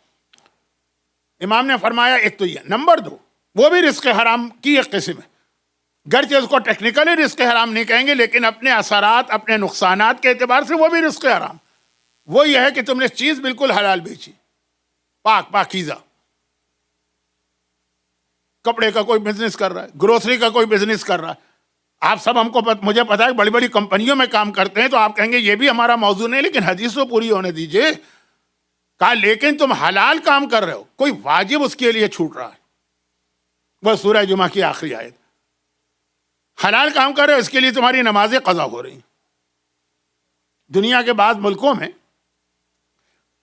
کچھ نمازوں کے ٹائمنگ ایسے آتے ہیں نا، وہ سورج وورج یہ کہ ان کی نمازیں قضا ہو جاتی ہیں. اتنا کم ٹائم ملتا ہے کہ نماز نہیں پڑھ پاتے اپنے جاب کی وجہ سے. وہ جاب ہی حرام ہے. بلکہ نماز کی مثال تو شاید اتنی اچھی نہ ہو. روزہ ایسے ٹف قسم کے جاب ہیں کہ جاب کریں تو روزہ نہیں رکھا جائے گا، اتنا محنت کا کام. آپ سب لوگ ایئر کنڈیشن کمروں میں بیٹھتے ہیں، آپ کے آفس میں باہر سے گزرتے ہوئے دیکھتا ہوں گوگل کا آفس یا ایپل کا آفس یا فلاں کا آفس، تو دیکھ کر ہی رشک آتا ہے کہ اس میں بیٹھنے والے کتنے آرام سے کام کر رہے ہوں. لیکن دنیا میں ایسے ٹف جاب ہیں. تو اب یہ کہ کوئی واجب چھوٹ رہا ہے، چاہے وہ نماز ہو چاہے وہ روزہ ہو. تم نے کام حلال کیا، لیکن جو پیسے آ گئے نا، وہ اپنے ساتھ حرام کی تمام خصوصیات لے کے آئیں گے. نہ نمازیں قبول، نہ روزے قبول، نہ دعا قبول، اور جو نقصانات اور تیسرا یہ کہ کوئی واجب بھی نہیں چھوڑا، لیکن اس حلال کام کی وجہ سے کوئی حرام کام کرنا پڑا. ایک عورت کوئی ایسا جاب کر رہی ہے کہ اس کی پہلی کنڈیشن ہے کہ بے حجاب بننا پڑے گا، اب حجاب اتار دیا اس جاب کی وجہ سے. ہاں ایک عورت ویسے ہی بے حجاب ہے، جاب سے تعلق نہیں، وہ اس کو ویسے ہی حجاب پسند نہیں ہے، وہ الگ چیز ہے. لیکن صرف اس لیے کہ جاب، کچھ ایسے جاب ہیں مثلاً شیف کا جاب ہے، شاید ویٹر کا جاب ہے، داڑھی شیو کرنا ہے، وہ بال نہ گر جائے اور یہ نہ ہو جائے، یہ ساری چیزیں جو ہے نا پریکٹیکل لائف میں آپ دیکھتے ہیں. میں تو کیا بتاؤں آپ کو، کام بالکل حلال کر رہے ہیں، جائز کام کر رہے ہیں، لیکن اس کے لیے کوئی حرام کام کرنا پڑ رہا، جس میں وہ بھی آ گیا کہ جو آپ کا مسئلہ نہیں ہے جھوٹ بولنا. آپ لوگ ذرا آگے آ جائیے. میں سمجھ گیا کہ سلوات کیوں پڑھائی گئی ہے، کیونکہ کل بھی یہ پرابلم تھا. تھوڑا ادھر آ جائیے، تھوڑا ادھر آ جائیے. تھوڑا حرام کام کرنا پڑ رہا ہے، جھوٹ بولنا پڑ رہا ہے. ادھر تو میں جاتا ہی نہیں ہوں کہ 8 گھنٹے کا جاب ہے، آپ 6.5 گھنٹے میں اٹھ گئے، یہاں تو کوئی آپ کو نہیں اٹھنے دے گا. یہ پاکستان انڈیا کی مثالیں ہیں. تیسرا یہ چلیں، یہ ابھی تک میرا اصل جو جس کی وجہ سے حدیث شروع کی، اپنی جگہ یہ حدیث خود بھی بہت اہم ہے. اس کے بعد امام فرماتے ہیں کہ چوتھا یہ ہے کہ تم نے حلال کام کیا. جیسے میرے سامنے جتنا مجمع ہے، آپ سب کے سب یہ آئی ٹی سے ریلیٹڈ ہیں یا اکاؤنٹ سے ریلیٹڈ ہے، پروفیشنل ہے. کوئی واجب آپ نے نہیں چھوڑا، اس کے لیے کوئی فعل حرام اور گناہ نہیں کیا. چوتھی بات یہ کہ جو پیسہ کمایا اس کے مالی واجبات ادا نہیں کی، وہ تو پورا حلال حرام بدل گئے.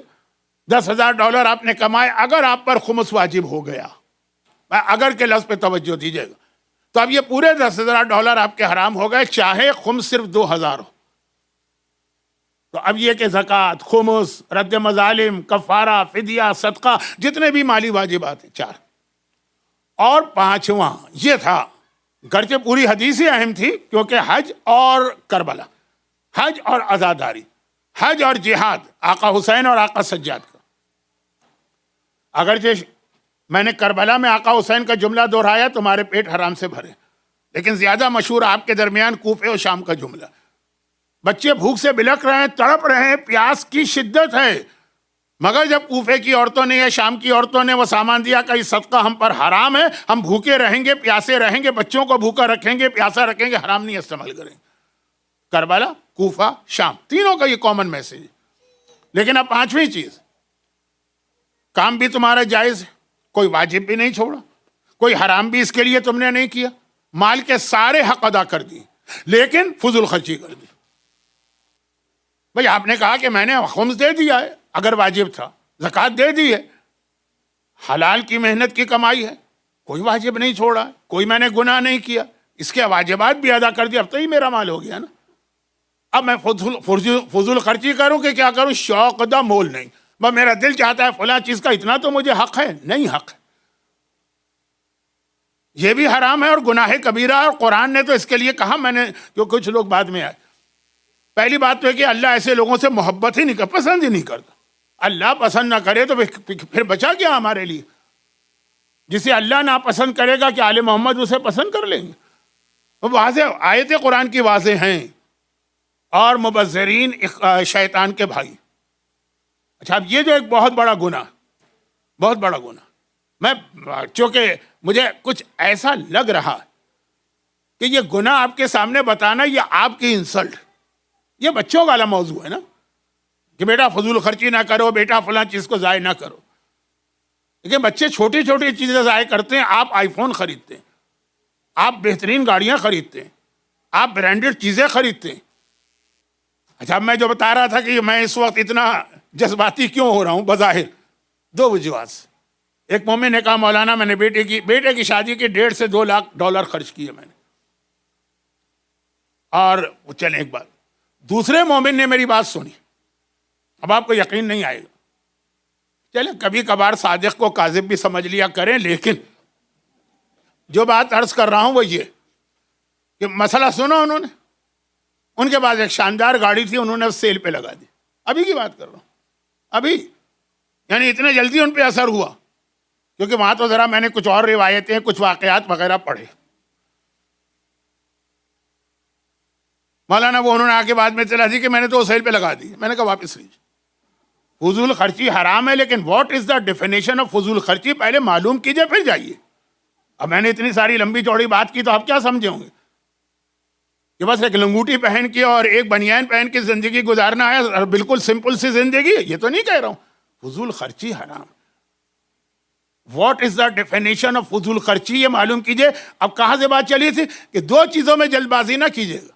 ایک ظہور امام میں, ریپیٹ نہیں کر رہا ہوں کیونکہ 2 دن پہلے بھی یہ بات آئی تھی, آج بھی. دوسرا, جب کوئی آپ شریعت کا حکم سنیں, چاہے واجبات کا ہو چاہے حرام کا ہو, ٹھیک ہے, عمل کرنا ہے, لیکن جلدی نہیں کہ جو اپنے سمجھ میں آیا اس کے مطابق عمل کرے, تفصیلات معلوم کرے. اب یہی فضول خرچی. اچھا, یہاں ایک انٹرسٹنگ بات بتا دوں. ہر ایک کو اس میں انٹرسٹ نہیں ہوگا, مجھے ہے تو میں بتا رہا ہوں.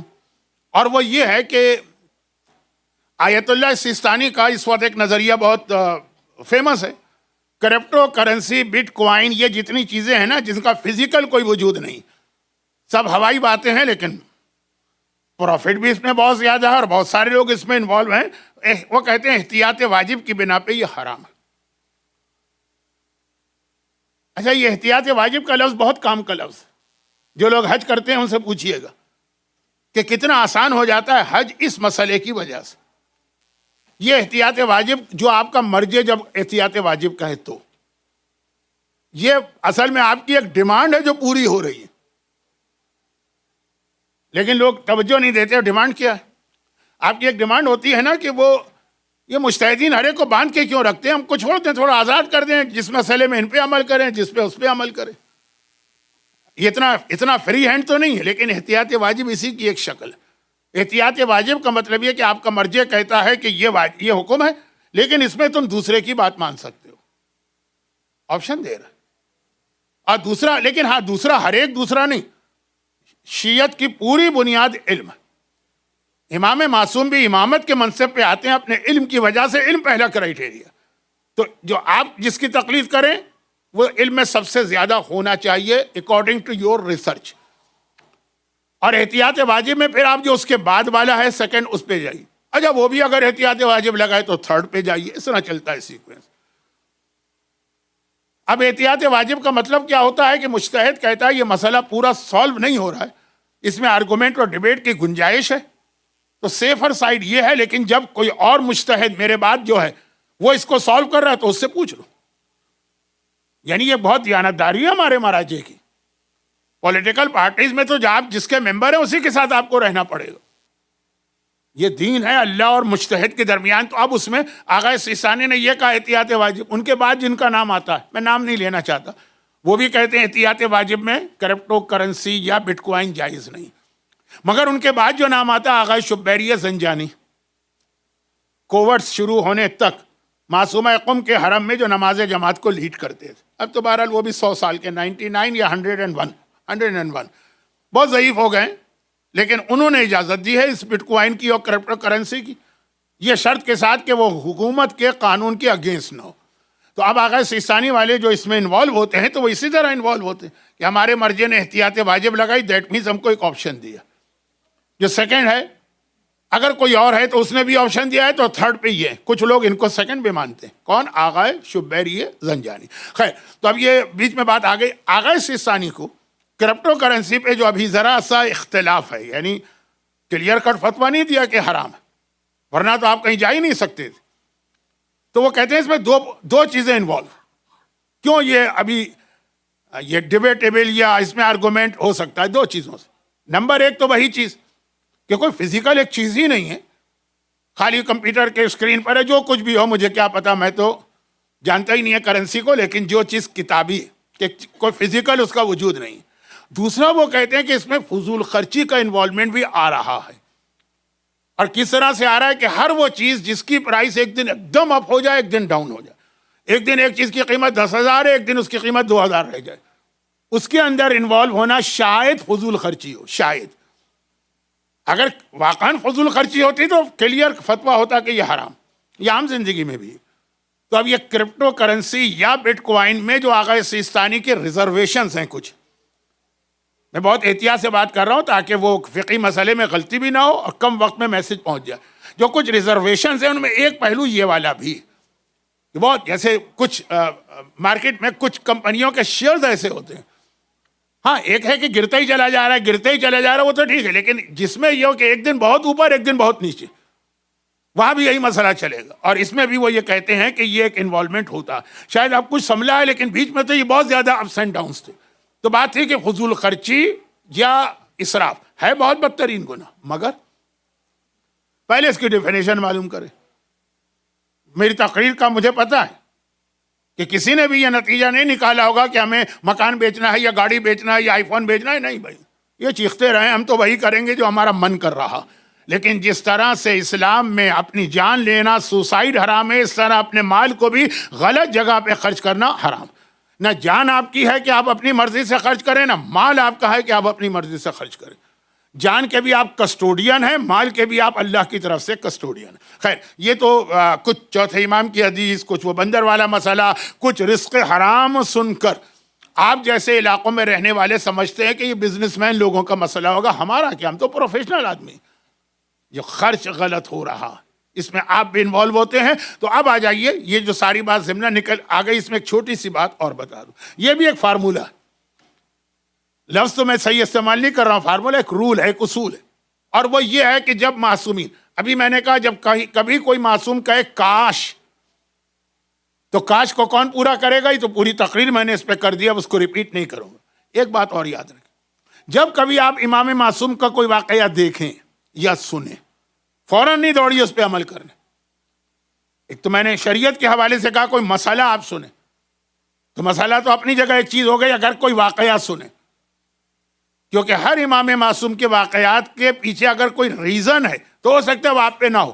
بھائی نہج البلاغہ کا مشہور خطبہ ہے علائے حارثی کا، کتنا مشہور خطبہ ہے. وہ کیا ہے کہ ایک بہت شاندار گھر بنا لیا اس نے، فضول خرچی.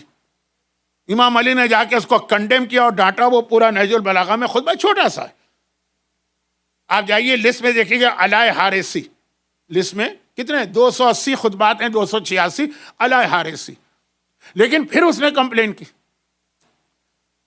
یا امیر المومنین میرا ایک بھائی ہے، وہ بالکل سمپل لائف پہ چلا گیا. میں تو بہت شاندار مکان بنایا، بہت سمپل لائف پہ. وہ گھر بھی چھوڑ دیا اس نے، جیسے ہم لوگ حج کرتے ہیں نا، اس طرح اس نے ایک دھوتی پہنی، ایک مثلاً بنیان پہنی، اور پھر جا کے درخت کے نیچے زندگی گزار رہا. کہ کیا ضرورت ہے مکان، لباس، یہ سب دنیا میں رہنے والی چیزیں. اب امام اسی خطبے میں ہے کہ اس کے پاس گئے، اس کو کنڈیم کیا، اس کے لیے زیادہ سخت لفظ استعمال کی کہ تو شیطان کا بھائی بن گیا ہے، شیطان نے تجھے بہکا دیا. اب وہ جو آرگومنٹ ہے اس کا ٹائم نہیں ہے، لیکن آخر میں اس نے ایک عجیب جملہ کہا، یا امیر المومنین میں نے تو آپ کو کاپی کیا، آپ کی لائف کتنی سمپل ہے. علی کا لباس کتنا پرانا ہوتا تھا، علی کا مکان، آج جائیے، آج مسجد کوفہ کے پیچھے ایک مکان آپ کو نظر آتا ہے. اچھا وہ اصل میں مولا کا ہے بھی نہیں، وہ تو ام ہانی کے بیٹے حبیرہ کا ہے نا، جو مولا کے بھانجے. ام ہانی مولا کی بڑی بہن ہے، بھانجے تھے، کوفے میں رہتے تھے. جب امام علی خلیفہ بن کے آئے، بھانجے نے کہا ماموں آپ میرے گھر میں اسٹے کیجیے. لیکن وہ گھر بھی اتنا آپ کو چھوٹا لگتا ہے کہ آپ بعض اوقات حیران ہوں گے، اس میں علی اپنے 12 بیٹے اور 16 بیٹیوں کے ساتھ اور 10 بیویوں کے ساتھ کیسے رہتے ہوں گے. بہت سادہ زندگی. اس نے کہا یا امیر المومنین میں نے تو آپ کو کاپی کیا. امام کا جواب یاد ہوگا، یہ تو ممبر سے پڑھا جاتا ہے میرے خیال میں، میرا اندازہ ہے کہ پڑھا جاتا ہے. امام نے کہا کہ ہر شخص ہر چیز میں مجھے کاپی نہیں کر سکتا، اجازت نہیں ہے مجھے کاپی کرنے کی، کیونکہ میں ہوں اس وقت مسلمانوں کا حاکم. حکمران کی ذمہ داری ہے کہ پوری اسلامی دنیا میں جو سب سے غریب آدمی، جو سب سے لو اسٹینڈرڈ پر ہے، حکمران اپنا اسٹینڈرڈ اس کے مطابق رکھے، تاکہ وہ غریب اگر کبھی اللہ سے کمپلین کرے، خدا بندہ مجھ سے زیادہ اس وقت سادہ زندگی کس کی ہوگی، اس کے سامنے امام علی آ جائیں کہ ان کی زندگی تم سے بھی زیادہ. یہ حکمران کی ڈیوٹی ہے. تم حکمران نہیں ہو، تم حکمران نہیں ہو، تمہیں رہنا ہے اپنے معاشرے کے حساب سے. اب یہ فضول خرچی کی ایک تعریف بھی آ رہی اپنے معاشرے کے حساب سے، کیونکہ ریاکاری بھی اسلام کا ایک بدترین گناہ ہے. شو آف، یعنی لوگوں کو دکھانے کے لیے کوئی عمل کرنا. اس میں نماز اگر ریاکاری سے پڑھیں تو غلط ہے. آپ کیوں نماز پڑھ لیں؟ تاکہ لوگ کہیں بہت کتنا متقی آدمی. کراس، ساری نمازیں غلط. قربتاً الی اللہ جو آپ نیت کرتے ہیں نا، وضو کرتا ہوں قربتاً الی اللہ، قربتاً الی اللہ کا مطلب ہے اللہ کے لیے ہو رہا ہے. یہ ریاکاری جو ہے نا، اس کی یہ والی قسم کی جس میں لوگوں کو دکھانے کے لیے نیکیاں کی جائیں، وہ تو ضائع ہو گئی نیکیاں، اور عبادتیں جو تھی غلط ہو گئی، اس کو ریپیٹ کرنا ہوگا. لیکن اس میں یہ روایت آتی، جیسے وہ صوفی لوگ تھے نا، پیر موری پیر ٹائپ کے لوگ، صوفی لوگ جو اپنے آپ کو بڑا مقدس ظاہر کرتے ہیں، تو کھانا بھی بہت سادہ کھاتے ہیں، لباس بھی ان کا ایسا ہی ہوتا ہے، جو واقعاً اپنے آپ کو مقدس شو کرتے ہیں. اس کا ایک چھوٹا سا ایک جوک نما واقعہ کہ ایک ایسا ہی بہت مقدس آدمی، انہیں کسی نے دعوت پہ بلایا، وہ گئے دعوت پہ، کھانا کھایا، واپس آ گئے. بیوی سے کہا کہ بھائی کچھ ہے کچن میں؟ اس نے کہا بھائی آپ تو دعوت میں گئے، بہترین کھانے ہوں گے. کہا کھانے تو بہت اچھے تھے، لیکن کچن میں کچھ ہے کہ نہیں ہے تو گرم کر کے لاؤ. تو کہا کہ آپ نے وہاں نہیں کھایا؟ کہا کھانے سب تھے، لیکن میں نے سوچا کہ اگر میں نے پیٹ بھر کے کھایا تو لوگ کہیں گے کہ یہ تو کیسا آدمی ہے، پیٹ بھر کے کھا رہا ہے. میں نے صرف اس سے کہ لوگ کہیں کتنا مقدس آدمی، پیغمبر کی حدیث پہ عمل کر رہا، کم کھاؤ، کم بولو، کم سو. میں نے ذرا سا ایک نوالا، آدھا نوالا صرف چکھ لیا. لوگ تعریف کر رہے ہیں بھائی ہو تو ایسا آدمی، کتنی سادہ. دیکھیے آج بھی ہوتا ہے نا کہ فلاں صاحب کتنے سادہ ہیں، وہ صرف آدھی روٹی کھاتے ہیں، صرف مثلاً آلو کا یا پیاز کا ٹکڑا کھاتے ہیں. یہ ایک طریقہ ہے نا اپنا تقدس. اس لیے بھوکا آیا ہوں، کھانے سارے تھے لیکن کیا کروں، لوگوں کے سامنے تو اپنی ایک عزت رکھنا تھی نا. بھوکا آیا ہوں تو تم کھانا گرم کو. اس نے کہا اچھا میں کھانا گرم کر رہی ہوں، آپ اتنی دیر میں اپنی نماز پڑھ لیجیے. کہ بھائی وہاں تو نماز پڑھ کے آیا ہوں مغرب اور عشاء کی. کہا اگر آپ نے کھانا دکھانے کے لیے کہا تو نمازیں بھی دکھانے کے لیے پڑھی ہوں گی، بڑے خضوع سے، بڑے خشوع سے، بڑی قرأت کے ساتھ، عین حلق کے اندر سے نکلے، قاف وہاں سے نکلے. وہ سارا مقصد ہے کہ لوگ کہیں کتنی اچھی نماز پڑھ رہا ہے. تو اگر کھانا آپ کو دوبارہ کھانا ہے تو نمازیں بھی آپ کو دوبارہ پڑھنا ہے، کیونکہ لوگوں کو دکھانے کے لیے پڑھی گئی ہیں. تو اب ہوتا یہ کہ روایتوں میں جملہ آیا. اب یہ بات عبادت کے حوالے سے نہیں آئی ہے، مکان، لباس، گاڑی، موبائل فون کا اس میں اتنا بھی اسٹینڈرڈ نیچے نہ کرو اپنا. امام گئے نا کسی کے گھر میں، ساتواں امام دیکھا بہت پرانا سا گھر. کہا اللہ نے تمہیں صاحب حیثیت بنایا ہے تو اتنا گھر کا. مولا یہ میرے باپ کی نشانی ہے، میرا باپ اس میں رہتا تھا. امام کا جملہ دیکھیے، علامہ مجلسی نے کئی کتابوں میں لکھا. ایک تو اردو کتاب میں بھی آپ کو ملے گا، تہذیب الاسلام، علامہ مجلسی کی ایک کتاب ہے، اردو ترجمہ، اس لیے میں ریفرنس دے رہا ہوں. امام نے کہا اگر تمہارے باپ نے زندگی بھر حماقت کی ہے تو کیا ضروری ہے کہ تم باپ کی حماقت کی بھی کاپی کرو؟ اللہ نے صاحب حیثیت بنایا تھا، اسے چاہیے تھا کہ اپنی حیثیت کے مطابق ایک اچھا مکان لے گا. اور پھر وہ چھٹے امام کا واقعہ کہ جب آئے تھے کچھ صوفی لوگ اور امام سے مناظرہ کیا. شہید مرتضیٰ مطہری کی ایک بہت اچھی کتاب ہے بچوں کے لیے، سچوں کی کہانیاں، 125 سٹوریز ہیں اس کے اندر. ساری حدیثیں ہیں لیکن انہوں نے سٹوری کی شکل میں لکھا تاکہ آپ کے بچے بھی پڑھیں اور آپ بھی پڑھیے تو مزہ آئے گا. اس میں یہ پہلی 2 والیوم میں ہے، ایک میں 75، ایک میں 50، تو 125 سٹوریز پہلی والیوم میں. یہ ہیڈنگ ہے امام صادق کا صوفیہ سے مناظرہ. اس میں یہ ہے کہ وہ آئے صوفی لوگ، صوفی وہ کہتے ہیں جو اپنے آپ کو بہت مقدس شو کرتے ہیں. آئے اور آنے کے بعد کہا کہ آپ فرزند رسول ہیں، فرزند علی.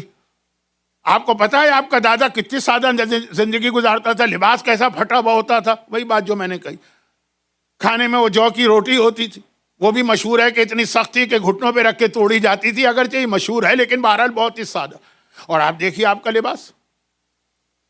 امام نے فرمایا کہ فرق ہے، ہر شخص کو اپنے زمانے کے حساب سے چلنا ہے. میرے دادا کے زمانے میں مسلمان غربت میں تھے تو وہ تھا، آج مسلمانوں کی حیثیت اچھی ہو گئی. اگر آج میں ایسا روکھا سوکھا کھاؤں یا ایسا لباس پہنوں تو یہ بھی ریاکاری کی قسم ہوگی، لیکن یہ لباس دنیا کے لیے. پھر امام نے اپنی عبا کھولی اور کہا اندر دیکھو تو اندر وہی پھٹا ہوا امام نے کرتا پہنا ہوا تھا. کہا یہ اپنے لیے ہے اور یہ اس لیے ہے تاکہ پھٹا ہوا لباس بھی کبھی شو آف ہو جاتا ہے اپنے تقدس کی دھاک مچانے کے لیے.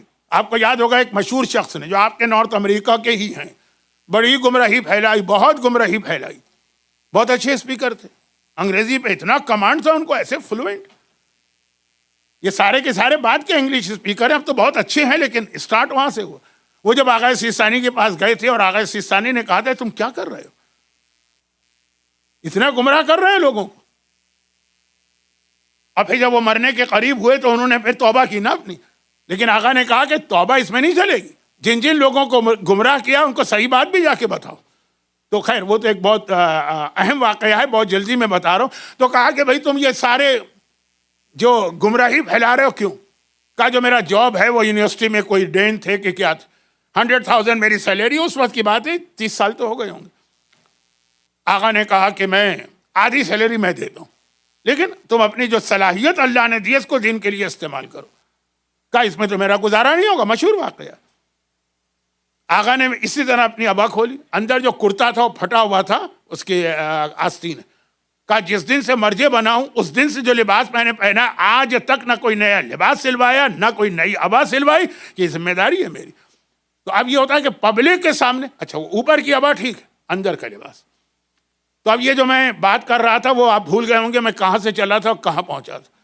یہاں سے چلا تھا کہ گناہ کبیرہ ہے, امام کی حدیث ہے کہ ہر رزق حرام بن جاتا ہے فضول خرچی. لیکن دوڑیے نہیں, خالی فضول خرچی کی بات نہیں, دنیا کا کوئی مسئلہ آپ سنیں, وضو کا طریقہ, وضو سنیں کہ بہت اہم ہے, طریقہ معلوم کیجیے, وہ آپ معلوم کرتے ہیں. غسل بہت اہم ہے, طریقہ معلوم کیجیے, معلوم کرتے ہیں. نمازوں میں تو لوگ اکثر پوچھتے ہیں, ہم نے کہا شب قدر ہے 2 رکعت نماز پڑھیے, مولانا طریقہ بتا دیں.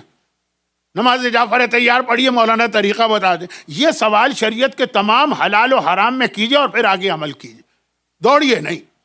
جو میں اکثر مثال دیتا ہوں کہ میں تو دیکھیے اپنا میرا جسم بھی آپ دیکھ رہے ہیں, میں کبھی اسپورٹس کا قائل نہیں رہا, قائل تو رہا, کبھی شوق نہیں رہا, لیکن مقابلے کبھی کبھار ٹریک اینڈ فیلڈ کے دیکھنے کا موقع ملا. 100 میٹر کی ریس ہوتی ہے, 4 آدمی کھڑے ہیں, اب وہ سب انتظار کر رہے ہیں, کیا وہ ایک پستول ہوتا ہے اس میں پتہ نہیں کچھ ہوتا ہے کہ نہیں ہوتا, ہر ایک ڈھس سے کوئی آواز تو آتی ہے, سب دوڑتے ہیں.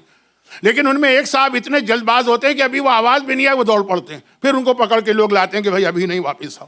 سنا ہے کہ 3 مرتبہ یہ کرو تو ڈسکوالیفائی ہو جاتے ہو. یہ ان چیزوں پہ میری بات پہ یقین نہ کیا کریں, مجھے رولز نہیں پتا. شریعت میں بھی کچھ لوگ اتنی جلد بازی کرتے ہیں. تو چوتھے امام کا بھی فرمان ہے اور چھٹے امام کا بھی کہ کوڑے مارو تاکہ یہ حلال و حرام سیکھیں, جلد بازی بھی نہ کریں, ڈیلے بھی نہ کریں. اور یہیں پر ایک اہم ترین بات میں یہ عرض کر دوں جو میں اپنے لیے بھی ہمیشہ سامنے رکھتا ہوں کہ جب کوئی نصیحت کی بات کی جاتی ہے لوگ مذاق اڑاتے ہیں. اب دیکھیں کتنے لوگ کہہ رہے ہوں گے کہ یہ مولانا کو مجلس پڑھ رہے ہیں, تو آج ہمارا ٹائم ویسٹ ہوا ہے, یا تو کسی بانی مجلس کی وجہ سے آ گئے ہوں گے مجلس میں, یا غلط فہمی میں آ گئے ہوں گے کہ مجلس ہو رہی ہے ثواب ملے گا, اور کیا پتہ تھا کہ یہ چیزیں سننے کو ملیں گی. اور لوگ تو پتہ نہیں کیا کیا باتیں کرتے ہیں. مولا علی نے حسن بصری کو دیکھا, انتہائی خبیث دشمن اہل بیت, لیکن صوفیہ کیا تو کتنا بڑا اس کا مقام ہے کہ وہ وضو کر رہا, اور چونکہ مقدس اپنے آپ کو شو کرنا ہے تو بس وضو بھی اچھی طرح سے بال برابر بھی خالی نہ رہنے پا, ادھر بھی پانی ادھر بھی پانی ادھر بھی پانی, چلو پہ چلو, یہ وہ جو ایک لوگوں کا طریقہ ہوتا ہے. مولا نے کہا یہ پانی اللہ کی ایک نعمت ہے, قیامت میں ایک ایک قطرے کا حساب دینا, یہ بھی فضول خرچی, فضول خرچی ہے. اس کا جواب کیا تھا؟ کہا تھا اے ابو الحسن میں پانی بہا رہا ہوں تو آپ مجھ پہ اعتراض کر رہے ہیں, اور خود آپ نے اتنے مسلمانوں کا خون جمل اور صفین میں بہا دیا تو کوئی بات نہیں. مولا کو جواب دے رہا کہ میں تو پانی بہا رہا ہوں, آپ نے تو لوگوں کا خون بہایا. مولا نے کہا شیطان تیری زبان پہ بول رہا ہے, اسے تجھ سے بات کرنا بیکار, یہ کہہ کے مولا آگے بڑھ. یہی کہہ کر میدان کربلا میں یزیدیوں کو لایا گیا تھا, یہی کہہ کر کہ علی سے انتقام لینا ہے, علی نے جمل و صفین میں مسلمانوں کا خون بہایا. اے کوفے والوں تمہارے کتنے نوجوان انہوں نے مروا دیے. اس عورت کا واقعہ یاد کریں, میں مصائب پہ آ گیا تو واقعہ نہیں پڑھوں گا. اس عورت کا واقعہ یاد کریں نا جو مولا کی شہادت کے بعد کسی کام سے حاکم شام کے پاس گئی تھی, کیونکہ بہرحال اس وقت تو وہ حکمران بن گیا تھا, گورنمنٹ کے جو معاملے ہوں گے اسی کے پاس جانا. تو اس نے اس کو دیکھ کے کیا کہا تھا, بہت ہی مولائی عورت تھی وہ, کہا کہ تمہارے بیٹے کہاں چلے گئے, سب کو علی نے مروا دیا. وہ مولا کے لشکر میں شامل ہو کر علی کے پرچم تلے جہاد کرتے ہوئے شہید ہوئے تھے. مگر دیکھیں سامنے والے کو غصہ دلایا جا رہا ہے, سامنے والے کو چیزیں یاد, ماں کو یاد دلایا جا رہا ہے کہ تمہارے بیٹے علی نے مروا دیے. علی نے انصاف نہیں کیا, خود زندہ رہے, تمہارے بیٹے مروا دیے. یہ واقعات تو آپ ممبر سے سنتے ہیں. تو عورت کا بھی جواب ایسا ہی تھا کہ میں نے بھی تو انصاف نہیں کیا, میرا مولا مارا گیا, میں اب تک کیوں زندہ بیٹھی ہوں. دربار حاکم شام کے دربار میں علل اعلان اس طرح بات کرنا آسان بات نہیں ہے. لاکھوں سلام اس عورت پر, پورا اس کا انٹروڈکشن بھی ہے, ٹائم نہیں. تو اب یہ کہہ کے لوگوں کو علی کے خلاف تیار کیا جا رہا ہے کہ یہ علی کون ہے, یہ تمہارے بیٹے مارے گئے تھے یہ علی سے, تمہارے بھائی مارے گئے تھے علی سے. وہ بدر کی لڑائی اپنی جگہ تھی, وہ بہت پرانی بات ہو گئی. خاندان بنو امیہ کو تو اب تک یاد ہے, لیکن عام مسلمان ان کو یہ کہہ کے یاد دلایا جا رہا ہے جمل میں کتنے مارے گئے, صفین میں کتنے مارے گئے, یہ علی کی تلوار. چنانچہ کربلا میں آنے والے یزیدیوں کی ایک بہت بڑی تعداد یہ کہتی ہوئی آئی تھی کہ آج ہمیں اپنے ان لوگوں کا انتقام لینا. اور اس کا جواب حسین نے بڑے عجیب طریقے سے دیا. اچھا تم اپنے ان لوگوں کا انتقام لینے آئے ہو نا جو جمل اور صفین میں مارے گئے. گرچہ ان دونوں جنگوں میں علی کا کیا حصہ تھا, دشمن نے حملہ کیا, لیکن خیر چلو ٹھیک ہے.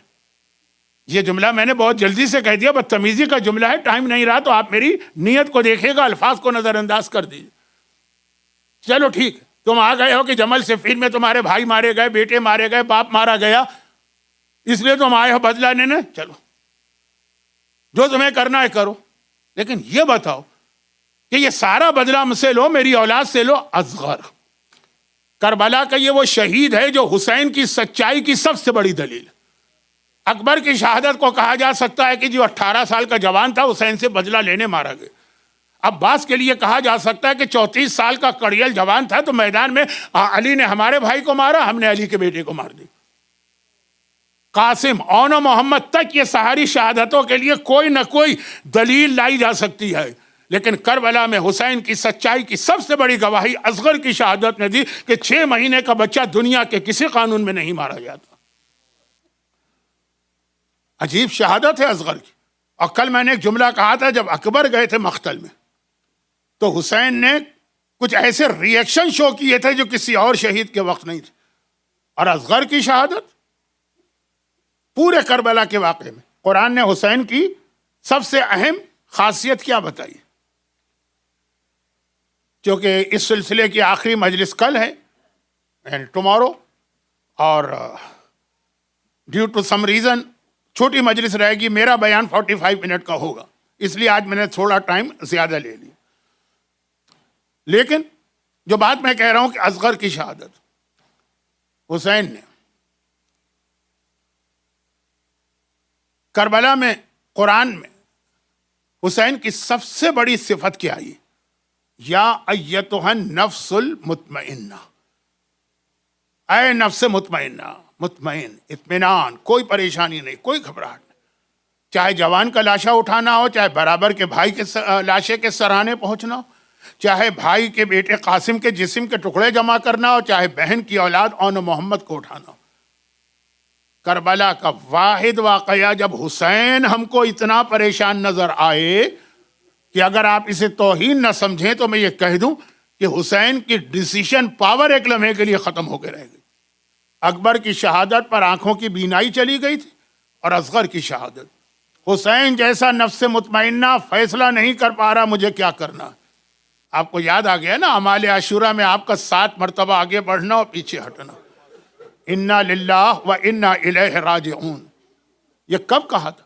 اصغر کا لاشا حسین کے ہاتھ میں ہے, حسین فیصلہ نہیں کر پا رہے کہ اس لاشے کا کیا کروں, ماں کو جا کے دکھاؤں تو کوئی ماں اپنے ششماہے کا یہ لاشا دیکھ سکتی ہے, یا یہیں دفن کر. جسے قرآن نے نفس مطمئنہ کہا ہے وہ اگر پورے کربلا میں کہیں پر پریشان نظر آیا تو وہ اصغر کی شہادت. مرحوم مولانا غلام عسکری صاحب خطیب اعظم یہ اکثر یہ ایک روایت پڑھتے تھے, اور وہ یہ کہ 28 رجب کا قافلہ جب مدینے سے چلا تھا, سواریاں لائی گئی تھیں, اور چونکہ شام ہو رہی تھی اور حسین کو سورج ڈوبنے سے پہلے مدینے سے نکل جانا تھا, سواریاں آئیں, حسین کا پیغام گیا سیدانیوں کے پاس اور بیبیوں کے پاس, زینب کے تھرو, بہن زینب بیبیوں سے کہو کہ وہ آئیں اور سواریوں پہ بیٹھیں. یہ منظر جب فاطمہ صغرا نے دیکھا, ابھی تک تو صغرا کو امید تھی کہ شاید میرا بابا مجھے ساتھ لے جائے, لیکن اب جب دیکھا کہ سواریاں آ گئی ہیں اور ان بیویوں کے نام لے کے بلایا جا رہا, میرا نام اس میں نہیں, اب صغرا کو یقین ہے کہ میں تو نہیں جا سکتی. وہ آگے بڑھی، رباب کے قریب آئی، کہا اماں رباب ذرا میرے بھائی اصغر کو ایک لمحے کے لیے میری گود میں دے دیجیے۔ یاد رکھیے کہ اصغر ابھی پیدا ہوا ہے، نیو بورن بیبی ہے، 10 رجب کو ولادت ہے، 28 رجب کا واقعہ ہے، 3 ویک، اور یہ وقت ہے جس میں صغرا بیمار ہے۔ جو بیمار ہوتے ہیں نا ان سے نیو بورن بیبی کو ذرا بچایا جاتا ہے، یا وہ خود بچتے ہیں کہ ابھی ہم بیمار ہیں، بچے ابھی دنیا میں۔ تو صغرا نے اب تک اصغر کو دیکھا تک نہیں تھا اطمینان سے، لیکن اب دیکھا کہ میرا بھائی اصغر جا رہا، تو قریب آئی، کہا اماں رباب ذرا اصغر کو میری گود میں دے دیجیے۔ اصغر کو گود میں لیا اور اصغر کے کان پہ منہ رکھ کے بڑی بہن یہ کہنے لگی، اصغر بھیا سب مجھے چھوڑ کے جا رہے، کیا تم بھی مجھے چھوڑ دو گے؟ پتہ نہیں کس عالم میں یہ جملہ کہا کہ اصغر ایک بار صغرا کے سینے سے چمٹ گئے۔ حسین کا پیغام آیا، زینب بیویوں سے کہو کہ جلدی سے باہر آئیں، دیر ہو رہی ہے۔ اب ایک مرتبہ بیویاں چلنا چاہتی ہیں، اصغر کو رباب آگے بڑھی، اصغر بیٹا میری گود میں تجھے لے جاؤں۔ اصغر تو بس صغرا کی گود میں منہ چھپائے۔ حسین کا پیغام دوبارہ آیا، زینب دیر ہو رہی ہے۔ فاطمہ کبریٰ جو بڑی بہن ہے وہ آگے بڑھی، اصغر بھیا میری گود میں آ، میں تجھے لے جاؤں۔ اصغر منہ چھپائے۔ تیسری بار حسین کا پیغام آیا، زینب بہن تمہیں پتا ہے دیر ہو رہی ہے۔ خود زینب آگے بڑھی، آ میرے لال، آ میرے اصغر، میری گود میں آ جا، تیری پھوپھی تجھے لے جا۔ اصغر ہے کہ صغرا کی گود چھوڑنے کو تیار نہیں۔ چوتھی مرتبہ پیغام نہیں آیا، خود حسین آ گئے۔ آنے کے بعد کہا، زینب بہن کیا بات ہے، اتنی دیر کیوں ہو رہی؟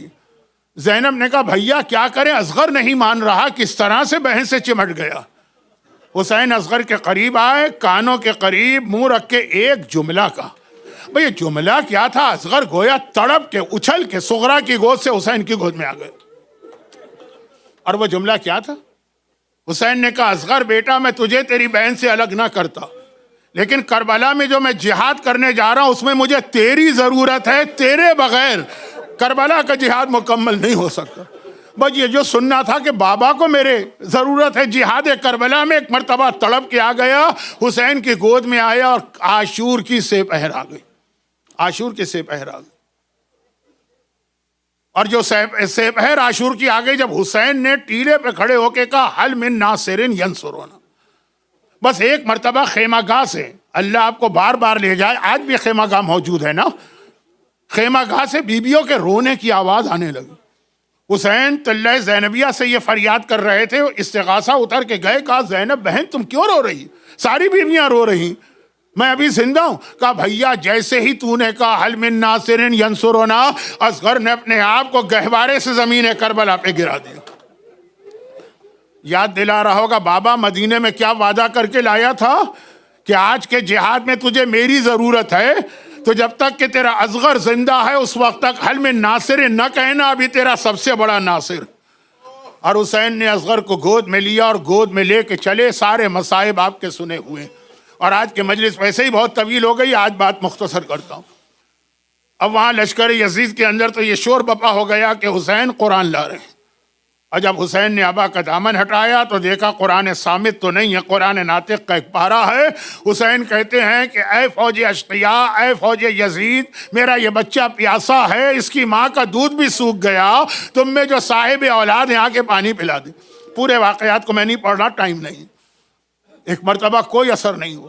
حسین نے کہا اصغر بیٹا تم حجت خدا کے پوتے ہو نا، تم خود ہی اپنی حجت ان پہ تمام کرو۔ بس اتنا کہنا تھا، ششماہے بچے نے اپنی سوکھی زبان، ننھی سی زبان نکالی اور ہونٹوں پہ پھیرنا شروع کر دی۔ بس ایک مرتبہ یہ زبان سوکھے ہونٹوں پہ پھیری، فوج یزید منہ پھیر کے رونے لگی۔ آپ تو صاحب عزا ہیں، آپ تو حسین کے محب ہیں، آپ تو حسین والے ہیں، آپ تو رباب کو پرسہ دینے والے ہیں۔ لشکر یزید منہ پھیر کے رونے لگا۔ اور عمر سعد، میں نے کہا حسین کربلا میں پریشان ہوئے تھے، اصغر کا لاشا، اور اس سے پہلے عمر سعد پریشان ہوا، تڑپ کے ہرملہ کے پاس آیا، کہا ہرملہ میں نے اب تک تجھے زیادہ زحمت نہیں دی ہے، لیکن اس وقت اقطع کلام الحسین، حسین کا کلام کاٹ دے، اگر اسی طرح اصغر کو لے کے حسین گود میں کھڑے رہے میری فوج میں بغاوت ہو جائے گی، یہ سب میرے خلاف ہو جائیں گے۔ ہرملہ نے کہا اچھا حسین کا کلام کاٹنا؟ جو تیر تھے وہ تیر دے گئے۔ ایک بھال کا تیر تھا جو عرب میں آدمی کی گردن کے لیے استعمال ہوتا، 3 بھال کا تیر تھا جو گھوڑے کی گردن توڑنے کے لیے استعمال ہوتا، یا اگر کسی درخت کے اندر سوراخ کرنا ہو تو 3 بھال کا تیر. اللہ کہاں گھوڑے کی گردن، کہاں درخت کا سوراخ، کہاں اصغر کا ششمہ ہے، اصغر کا ننھا سا نازک سا گلا. 3 بھال کا تیر نکالا، کمان میں لگایا، تیر چلانا چاہتے ہیں، ہاتھ پاؤں کانپے، تیر و کمان زمین پہ گر پڑے. دوبارہ کوشش کی، جب تیسری مرتبہ ناکام ہو گیا تو اس کا قریبی دوست سنان قریب آیا، کہنے لگا ہرمولا اگر کوئی مجھ سے پوچھے آج عرب کا سب سے بڑا تیر انداز کون ہے، میں تیرا نام لوں گا. ایک ننھے سے بچے سے ڈر گیا. کہا بچے کی بات نہیں ہے، جب تیر پھینکنا چاہتا ہوں خیمے کا پردہ اس طرح ہلتا ہے جیسے بچے کی ماں درے خیمہ پر کھڑی ہے. ارے ماں کی آنکھوں کے سامنے ششماہے کو کیسے تیر ماروں؟ سنان نے کہا اچھا اب میں تیری آنکھوں پہ ہاتھ رکھتا ہوں. ہاتھ رکھا، ادھر تیر چلا. اصغر کے گلے میں اس طرح پیوست ہوا کہ ایک سرے سے دوسرے سرے تک اصغر کا سارا گلا چھت کے رہ گیا. حسین نے تیر نکالنا چاہا، ہائے ششماہا درد و تکلیف سے تڑپ اٹھا. حسین نے کہا اصغر بیٹا مجھے پتا ہے تجھے بہت تکلیف ہو رہی ہے، مگر شیر خدا کا پوتا ہے، حسین کا بیٹا ہے، عباس جری کا بھائی ہے، میں تیر نکالتا ہوں، تڑپنا نہیں. اب جو تیر نکالا اصغر تو نہ تڑپا، اب اصغر کی جان نکل گئی. ننھا سا لاشا میرے مظلوم آقا کے ہاتھ پہ ہے. تیر نکلا تو خون کا فوارہ بلند ہوا. آقا نے یہ خون اپنے چلو میں لیا، آسمان کو پھینکنا چاہتے ہیں، آسمان تھرا گیا. مولا یہ خون ادھر نہ آنے پائے، قیامت تک بارش نہ ہوگی. زمین پہ ڈالنا چاہا، زمین کانپ اٹھی. مولا یہ خون یہاں میرے اوپر نہ آئے، قیامت تک کوئی چیز پیدا نہ ہوگی. انکار آسماں کو ہے، راضی زمین نہیں. اصغر تیرے خون کا ٹھکانہ کہیں نہیں. لیکن کہاں ملا ٹھکانہ؟ حسین نے اپنے چہرے پہ خون ملا. نانا رسول خدا کے پاس اس حالت میں جاؤں گا، نانا ذرا دیکھے آپ کی امت نے کس طرح میرے اصغر کو شہید کیا. اور پھر حسین فیصلہ نہ کر پائے. انا للہ و انا الیہ راجعون، رضن بقضائک و تسلیمک. 7 مرتبہ حسین آگے چلے، پیچھے ہٹے، پھر ایک ٹیلے کے پیچھے گئے، اصغر کو دفن کر کے آ گئے. مگر ایک آخری ٹکڑا سن لیجئے مصائب کا. 11 محرم آ گئی. عمر سعد نے کہا سپاہیوں فوج تیار کرو، کوفہ جانا ہے. اور دیکھو ہر شہید کا کٹا ہوا سر لے کے آؤ، نو کے نیزہ پہ بلند کرنا ہے. شہیدوں کے کٹے ہوئے سر جمع ہو رہے ہیں. سارے سر آ گئے. عمر سعد نے حیرت سے دیکھا، کہا مجھے اصغر کا سر نظر نہیں آ رہا. ارے ششماہے کا ننھا سا سر نظر نہیں آ رہا، اصغر کا سر کہاں ہے؟ سپاہیوں نے کہا ہمیں بھی نہیں پتا، ہم تو منہ پھیر کے رو رہے تھے. بس ہم نے دیکھا کہ حسین ٹیلے کے پیچھے گئے، لاشا لے کر خالی ہاتھ واپس آئے. ایسا لگ رہا ہے کہیں پیچھے لاشا دفن کر دیا. لیکن اتنا بڑا صحرا، کہاں پہ لاشا دفن کیا؟ کوئی نشان تو ہے نہیں. ہائے ہائے یہ شمر ملون آگے بڑھا.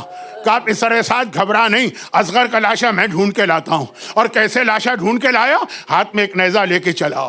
ٹیلے کے پیچھے زمین میں جگہ جگہ نیزہ گاڑتا ہے، نیزہ نکالتا ہے، نیزہ گاڑتا ہے، نیزہ نکالتا ہے. اب جو نیزہ گاڑ کے نکالا تو نو کے نیزہ پر ششماہے کا گلا چھدا ہوا ننھا سا لاشا پڑا ہے. شمر نے ایک ہاتھ سے اصغر کا لاشا پکڑا، دوسرے ہاتھ سے جیب سے خنجر نکالا، اصغر کے گلے پہ خنجر رکھ کے چلایا. وہاں سکینہ یہ منظر دیکھ رہی ہے. آواز دی پھوپھی اماں، آواز دی اماں رباب. ہر ایک کربلا میں ایک بارہ مارا گیا. ہائے میرا اصغر بھیا، کربلا میں 2 بارہ شہید کیا جا رہا. اصغر بھی باب الحوائج. اور ایک میرا یقین بھی ہے اور میں نے تجربہ بھی کیا، جہاں اصغر کے مصائب پڑھے جائیں وہاں اصغر کی دادی ضرور آتی ہیں اور اس اصغر کے مصائب پہ گریا کرتی ہیں. خدا بندہ اس مجلس اعظم میں بھی شہزادی کونین اپنے اس پوتے کے مصائب کو سن کے کوئی تعجب نہیں ہے کہ غشی کے عالم میں گئی ہوں. شہزادی کونین کا واسطہ، رباب حسین کے اس باب الحوائج کلا چھدے اصغر کا واسطہ. جو مومنین اور مومنات آج کی مجلس میں ہیں اور جو بانیان مجلس ہیں، ان کو، ان کے گھروں کو، ان کی اولادوں کو، ان کے روزی کے ذرائع کو ہر آفت و پریشانی سے محفوظ فرما. مصائب اصغر کے طفیل دنیا بھر کے صاحبان ایمان کی جان، مال، عزت اور اولاد کی حفاظت فرما۔ صف عذاب پہ جنہوں نے مصائب اصغر میں آنسو بہائے ہیں، ان آنسوؤں کا واسطہ ان کی ساری حاجتیں پوری فرما، اور انہی آنسوؤں کو روز قیامت ہماری شفاعت کا ذریعہ قرار دے۔ پروردگار ہمارے تمام مرحومین، خصوصاً حاضرین مجلس، مومنین اور مومنات کے خاندان کے تمام مرحومین،